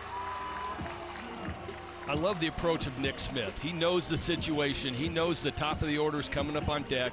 He doesn't fiddle around, doesn't try to throw a 3-2 slider. He goes, here's my 4-seam fastball. Do something with it. Hit it. Ultimately gets that one by Stark. This is the Evansville bullpen today. 6 1/3, just 1 earned run. 2 hits. They've walked 4, but they've struck out 5. This is really close to what they did at East Carolina on Monday, where they were down 5-2. They bounced back, get to 6-5, and the bullpen went in shutdown mode and kept East Carolina quiet for the rest of the game. Moore tried to hold up, couldn't. The ball and a strike to Christian. 0 for 2 today with a couple of walks. And he has been a little out of sorts since that strikeout in his last at bat in game 1. And he kind of went back and forth with Greg Charles before he went back to the dugout. He got a backup slider. It looked like it might have caught the inside part of the plate. He was upset, said some words, walked off, said some more words. And then Coach Vitello replaced him at second base, took him out, and they said there's a little bit of a leg injury when he scored from first base the inning before. 2-1 pitch, swung out and missed, and now it's 2-2 to Moore.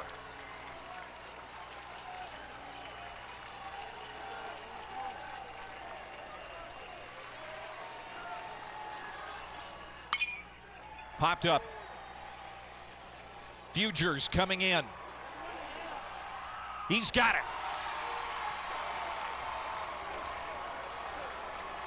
These Purple Aces trying to force another one tomorrow. They're well on their way.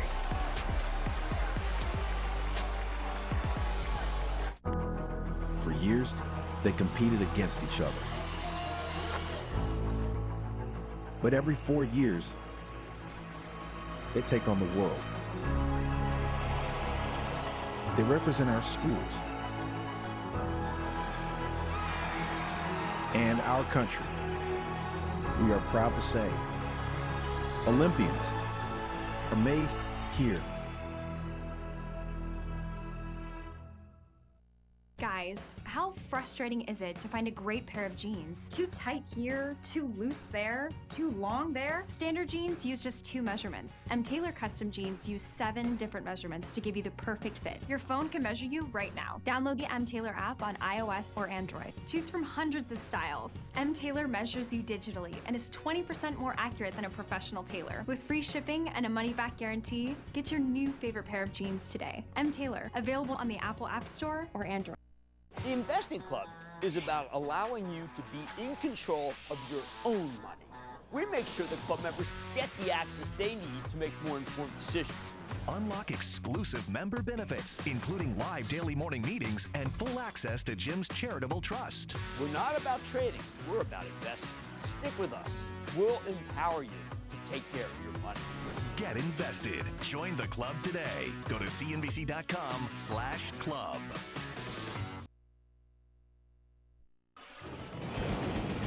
It's our Capital One rewarding performance, and it's the entire Evansville offense.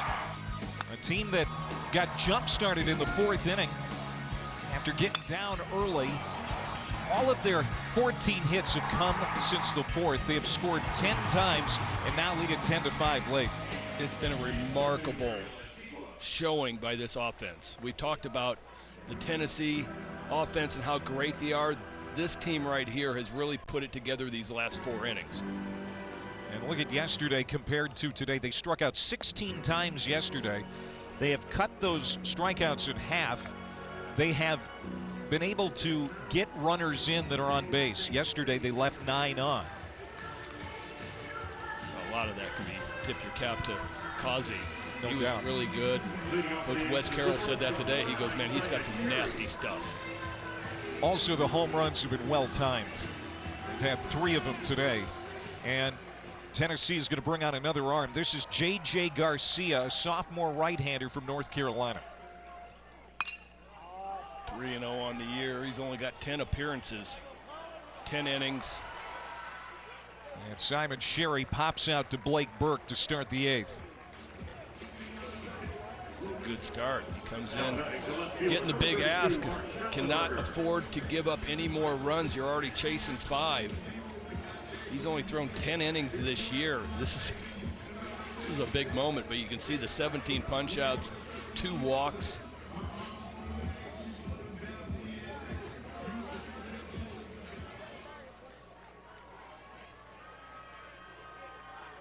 Mark Schallenberger hit by a pitch his last time up, scored in the 6th inning. Doesn't have a hit today, just 1 in the Super Regional. That's another amazing thing. The Aces have done what they have done today without any real significant contributions from their best player, Mark Schallenberger. Yeah, been very quiet. Struck out his first 2 ABs, got hit by a pitch, routine ground ball to second base. He's been quiet this whole series. 1 for 7. That's off the plate, 1-2. Looking ahead to the Tennessee 9th inning, and it's not ideal for Evansville. It's Burke, Amick, and Dreiling, 2, 3, and 4. With that said, they've got a 5-run cushion. Yeah, it's going to have to be somebody on the bottom of the order that gets it done. Those guys are going to have to create traffic and do some damage. But it's going to be somebody, you know, maybe Ensley moving down the order. It's going to be able to close that gap. Tennessee has 3 home runs today, but they've all been solo shots. Yeah. They're going to need some. They're going to need some home run power with some guys on base. Yeah, and that was kind of the comical thing. Was Coach Carroll and I were talking, and I was like, man, you know, if you keep those to solo shots, it's a different game yesterday. And then in our talk with him, he's like, yeah, but I didn't want 3 of them in 1 inning. Strikes out Schallenberger, so there are 2 down for J.J. Garcia. Schallenberger now 1 for 8, 6 strikeouts in this Super Regional. Just a cut fastball up out of the zone.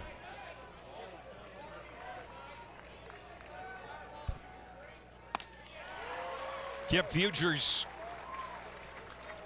last 3 plate appearances, he's had hits. Single in the 4th, RBI single in the 5th, 2-run homer in the 6th. And this one is hit well to left field. Backing up is Dreiling in front of the track. He'll make the catch. And it's a 1-2-3-8 for Garcia. Last chance for Tennessee. Evansville looking like they're going to be back tomorrow.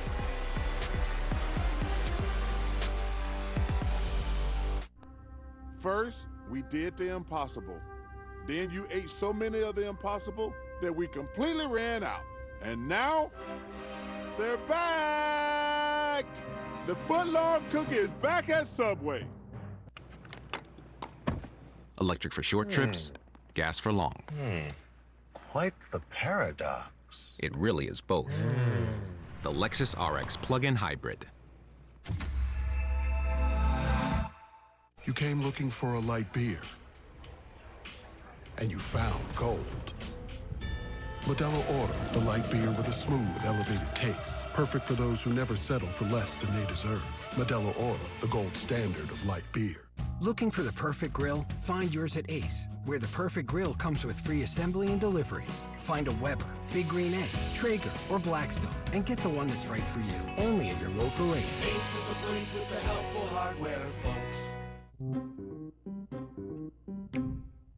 How do the world's most innovative teams bring their ideas to life? Smartsheet.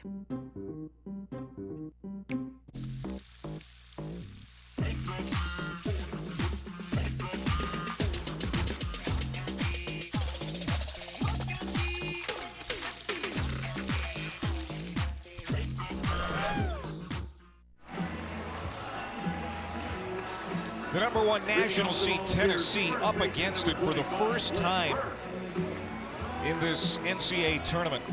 Trailing by 5 in the 9th. Need 5 to tie. They could walk it off with 6 here and punch a ticket to Omaha. But Nick Smith has looked really good in relief. It'll be Burke, Amick, and Dreiling. 2, 3, and 4 for the Volunteers.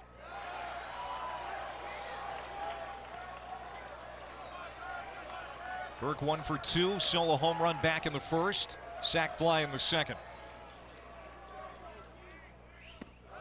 I don't think there was a game in my life that I came into close that it wasn't always 2-3-4, 3-4-5, 1-2-3. It's unbelievable how it always comes up. The best guys come up in the 9th inning. You had 217 major league saves, and I'm sure it didn't happen like that every time. I just think you're cynical in your age. It's every time. 1-2-3. I never got 8-9-1. 3-1 pitch, swung on and missed. Burke was hunting that fastball, and now full count with Amick on deck. Nick Smith is getting a lot of swings and misses on this four-seam fastball. It's elevated, showing me he's got some hop. And he loses Blake Burke, walks for the second time. Now batting the third baseman, number 11, Billy So that's a start for Tennessee here in the 9th. Really close pitch, but on a 3-2 count, you got to make sure you get some plate. Even though Burke's got a chance to go deep with it, it's just one run. You do not want to create traffic on your own.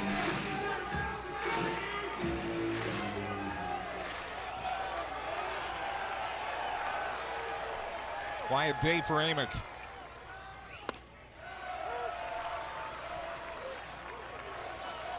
Billy is 0 for 4 with a strikeout.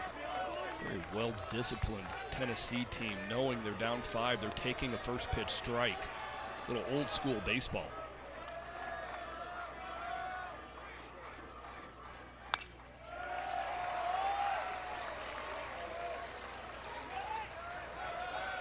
Billy Amick is going to hear his name called early in next month's draft, but he wants to be part of a championship run at Tennessee. That's first and foremost on his mind. The 0-2 from Smith. Line drive, and that's going to get down for a base hit. Tennessee's going station to station here. It scoots away from Fugers, but Burke is not going to take any chances. They need a bunch of runs. So 2 on, nobody out, and here comes Dreiling. Just too good of a pitch on an 0-2 count to a great hitter. Like a little backup slider. Amick stays inside of it, isn't trying to do too much, just keep the line moving. Next man up.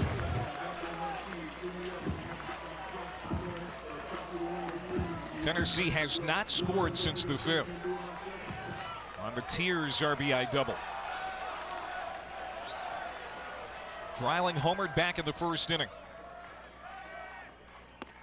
That's his only hit today, and he gets behind on Smith. 1 strike, and you can see that this inning belongs to Nick Smith. There is nobody up in that Evansville pen. Right? No, I mean, he's the last in line. He's got the ball. It's going to have to be a disaster for him to get taken out in this situation. Wow. Just off the plate, ball under strike.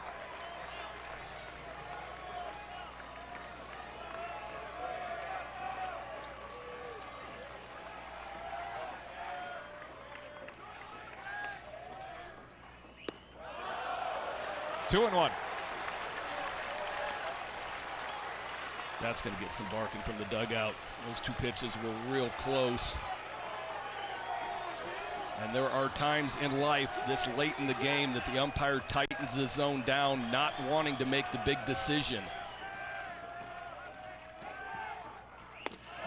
3-1. And Hunter Ensley, the cleanup man, who also has homered today, is on deck. Blake Burke out at second base, egging the crowd on.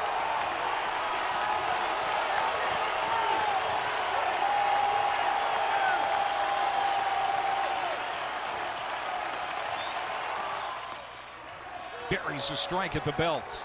Full count to Dreiling. Really surprised that Dreiling didn't pull the trigger. That was just going to be an automatic fastball right down Broadway.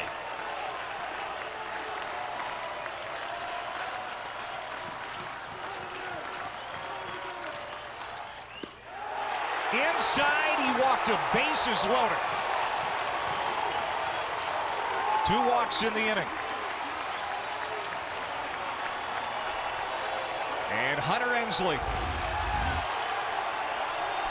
back in the first inning, this is what he did. Keep in mind, Tennessee this year, 12 grand slams.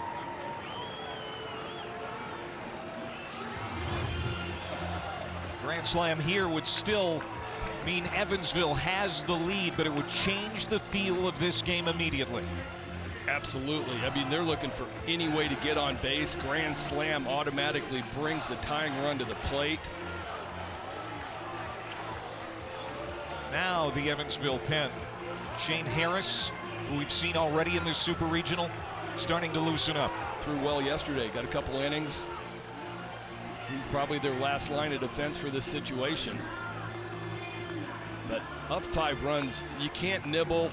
They threw a 3-2 changeup right there to Dreiling, and I'm sure it's a pitch that Nick Smith can throw for a strike on command.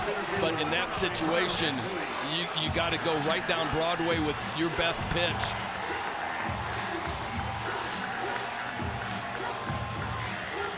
Tennessee trying to create some drama here in the 9th inning, trailing by 5. A win for them punches a ticket to Omaha.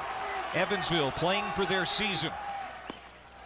Strike 1 to Hunter Ensley. We're going to see Tennessee taking a first pitch strike until the tying run comes to the plate.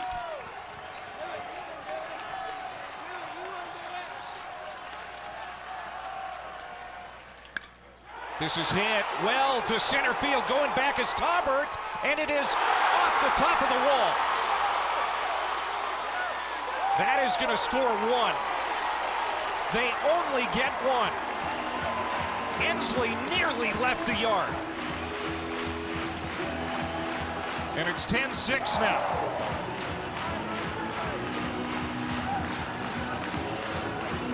Tennessee had to stay back and stay put to make sure this ball did not get caught. Ends up being about the longest single that you will see.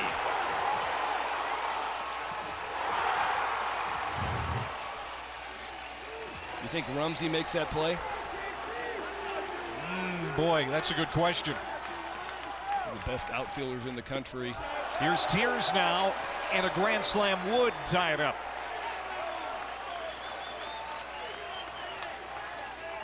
Tears with an RBI double back in the 5th.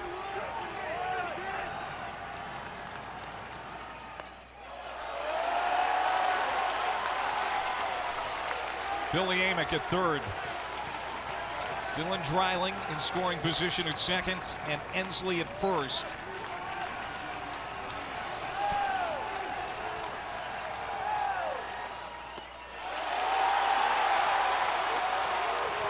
Three and 0 as Nick Smith has lost his composure. I got to believe Tears has got the go-ahead to swing on this 3-0, knowing he's going to get a fastball right down Broadway. Outside, he walked him, and it's 10-7. How much longer can Wes Carroll stay with him? That's got to be it, right? It's got to be it. You got to bring Harris in.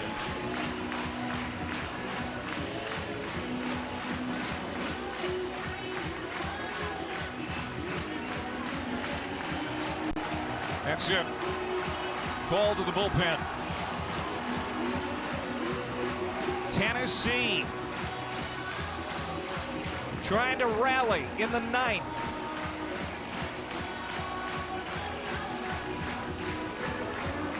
Inez, let me ask you, you're using Head and Shoulders, right? Only when I see flakes. Then I switch back to my regular shampoo. You should use it every wash. Otherwise, the flakes will come back. He's right, you know.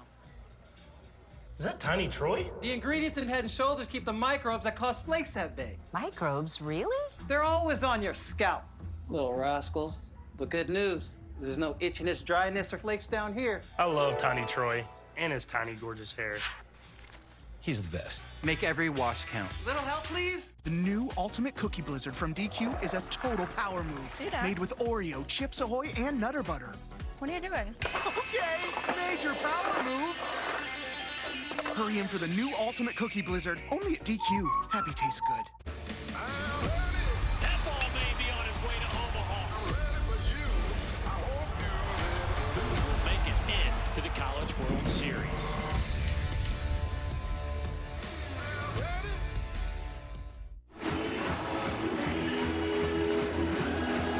Man, the drama here in the ninth inning.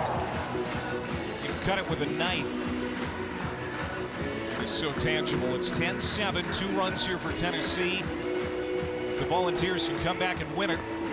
They would go on to Omaha. Look at what's going on in Tallahassee. UConn and Florida State tied at 8 extra innings now. Florida State also with a win would be on to the College World Series. K-State, Virginia, West Virginia, North Carolina. Those games also today. Nick Smith really lost the strike zone here in the ninth inning. It was 6 up, 6 down going into the ninth. 3 walks, 2 singles. And now pitcher number 5 for Evansville, it's Shane Harris trying to just protect this lead. They need 3 outs to get to tomorrow.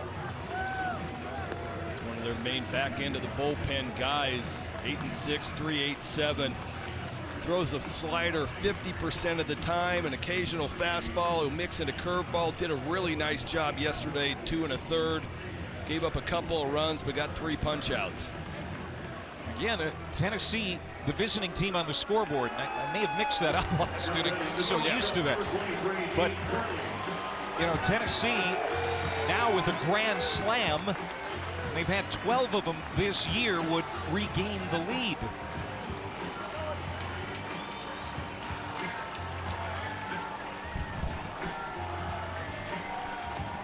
Dean Curley has a grand slam this year.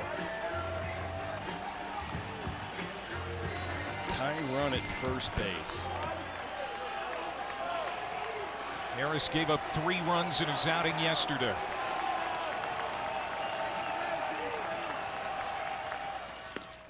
And the first pitch from Harris is a strike. Dean Curley does not have a hit. He's been on base twice with walks.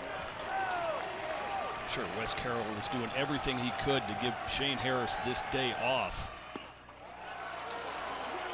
Good start for Harris. 44 pitches yesterday. He's going to have really good command of that slider. Fastball velo is going to be down because of the 44 pitches yesterday.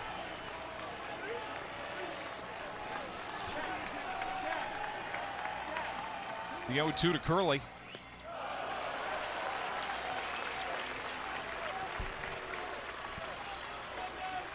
Boy, the roller coaster of emotions in this ballgame.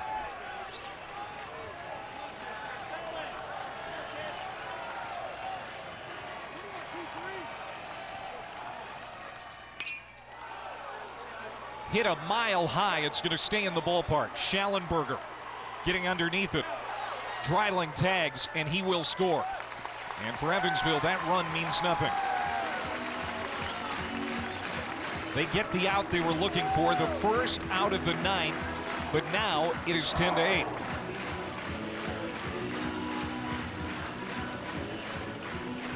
Nice job by Harris. Slider's really good, gets Curley out front. They will trade the run for an out every day of the week. And now Cannon Peoples is going to pinch hit. This was Chapman's spot. He struck out in the 8th. And now Cannon Peoples. Switch hitting transfer from NC State. Was a freshman All-American last year with the Wolfpack. Hit 12 home runs, 50 RBIs. He's had a hard time being an everyday player this year for Tennessee, but he's called on in a key spot here in the 9th.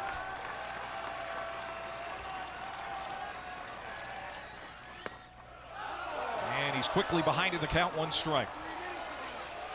Well, Harris just coming out and throwing strikes, and that's just been the key here for Evansville in the 9th. Yeah, with a 5-run lead, that's all you had to do. And the 3 walks have just come around to cost and put this game on the line. 1 strike to Peebles. This might be the toughest job in sports, is coming off the bench dead cold into a big moment. I'm talking about Peoples pinch hitting right here. Come on, Peoples, hit the ball. Joe, we didn't make a mistake on you. Come on. The 0-2. Ooh, just missed. Chris Koski, the home plate umpire, thought it was low. 1-2. We've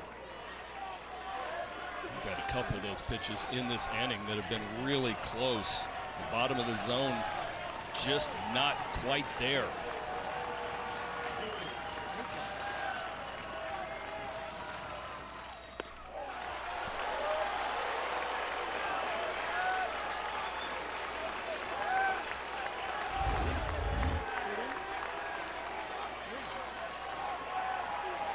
A little off the plate. 2 balls, 2 strikes to the pinch hitter Peebles. 2 on, 1 out. Pop back out of play. What a tournament this has been for Evansville. The first NCAA tournament under Wes Carroll.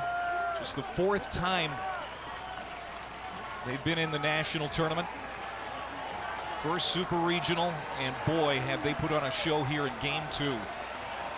They need 2 more outs to get to Sunday. That's up and out, full count. And Cal Stark would hit next.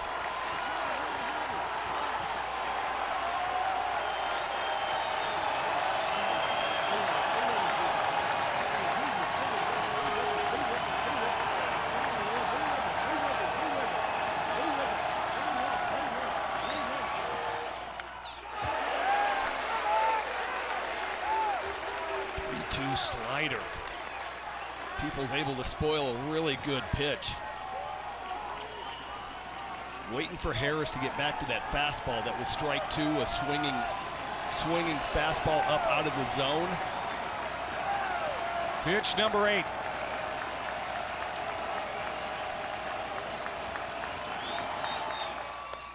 Outside, he walked him. The bases are loaded again.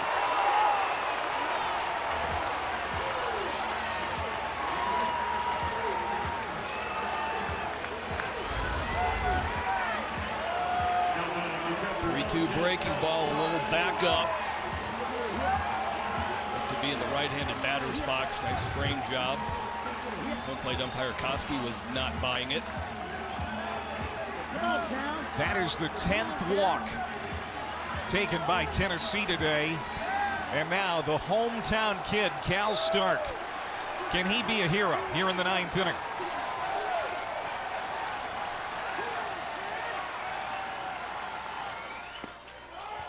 That's a strike on the outside corner. Cal Stark has 2 of the 12 grand slams for this Tennessee team.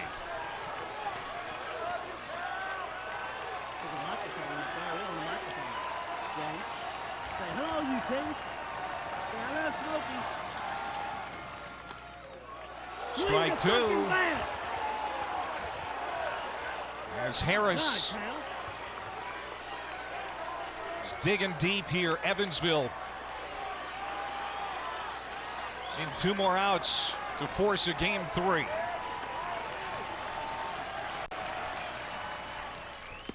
Swung on and missed, 2 down. And now it's back to the top of the order. How good is this slider by Harris? 3 straight. Everybody in the ballpark knew he was going to throw this pitch. Still gets the swinging strikeout.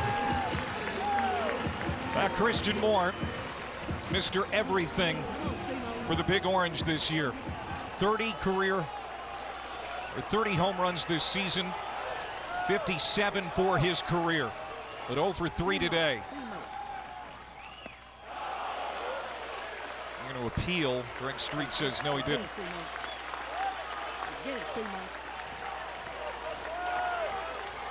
Of those 12 Grand Slams, Moore has one this year as well. He is the 9th man to come to the plate here in the 9th inning.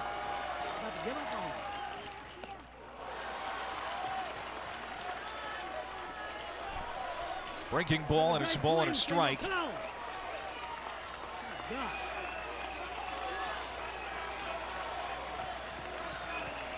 Everybody's amped up in this situation. Simo chasing something out of the zone, trying to do something special. You try as a relief pitcher to take advantage of that aggression. Like, if you're going to go chasing my slider out of the zone, then I'm going to throw it out of the zone and make you go get it.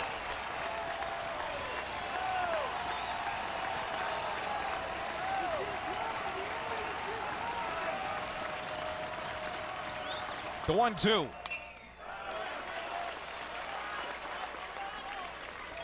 Just missed it. He's getting on time. You're going to have to move this slider out of the zone.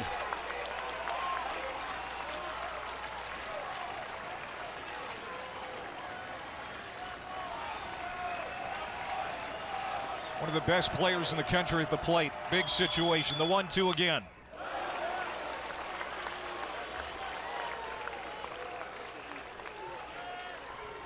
And it is not coming easy for Wes Carroll and the Purple Aces here in the 9th. Came into the inning with a 5-run lead.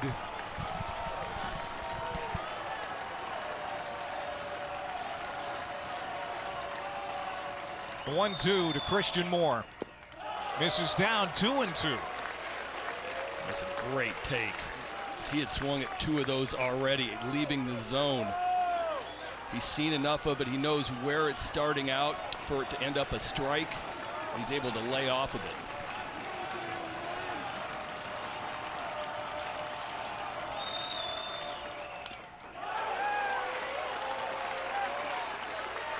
Tried to sneak a fastball by him.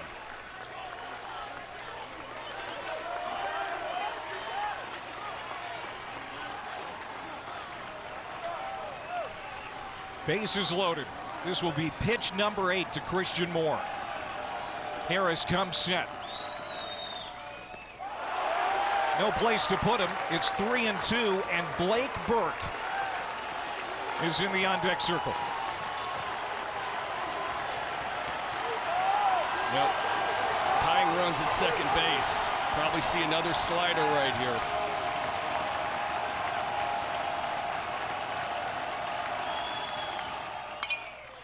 High fly ball could end the ball game. Fugers calling for it, and he's got it. Evansville will play another day. 10-8, the Purple Aces dash Tennessee's hopes to punch a ticket to Omaha this afternoon. Meyer, the winning pitcher. Connell takes the loss, and Harris, a gritty save here in the 9th. Unbelievable ending. Evansville's offense answers the bell. 3-2 slider, bases juiced. Moore just can't do anything with it.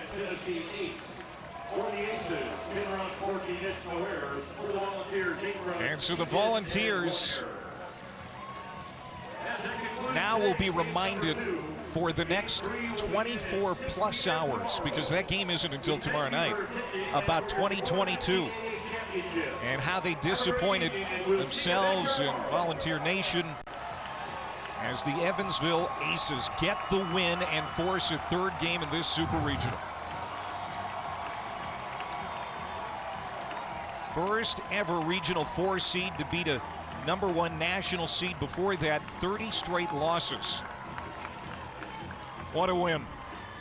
Evansville comes all the way back. 10-8 the final.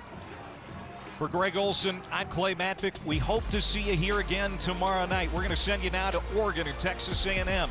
Game 1 of the College Station Super Regional. So long, everybody.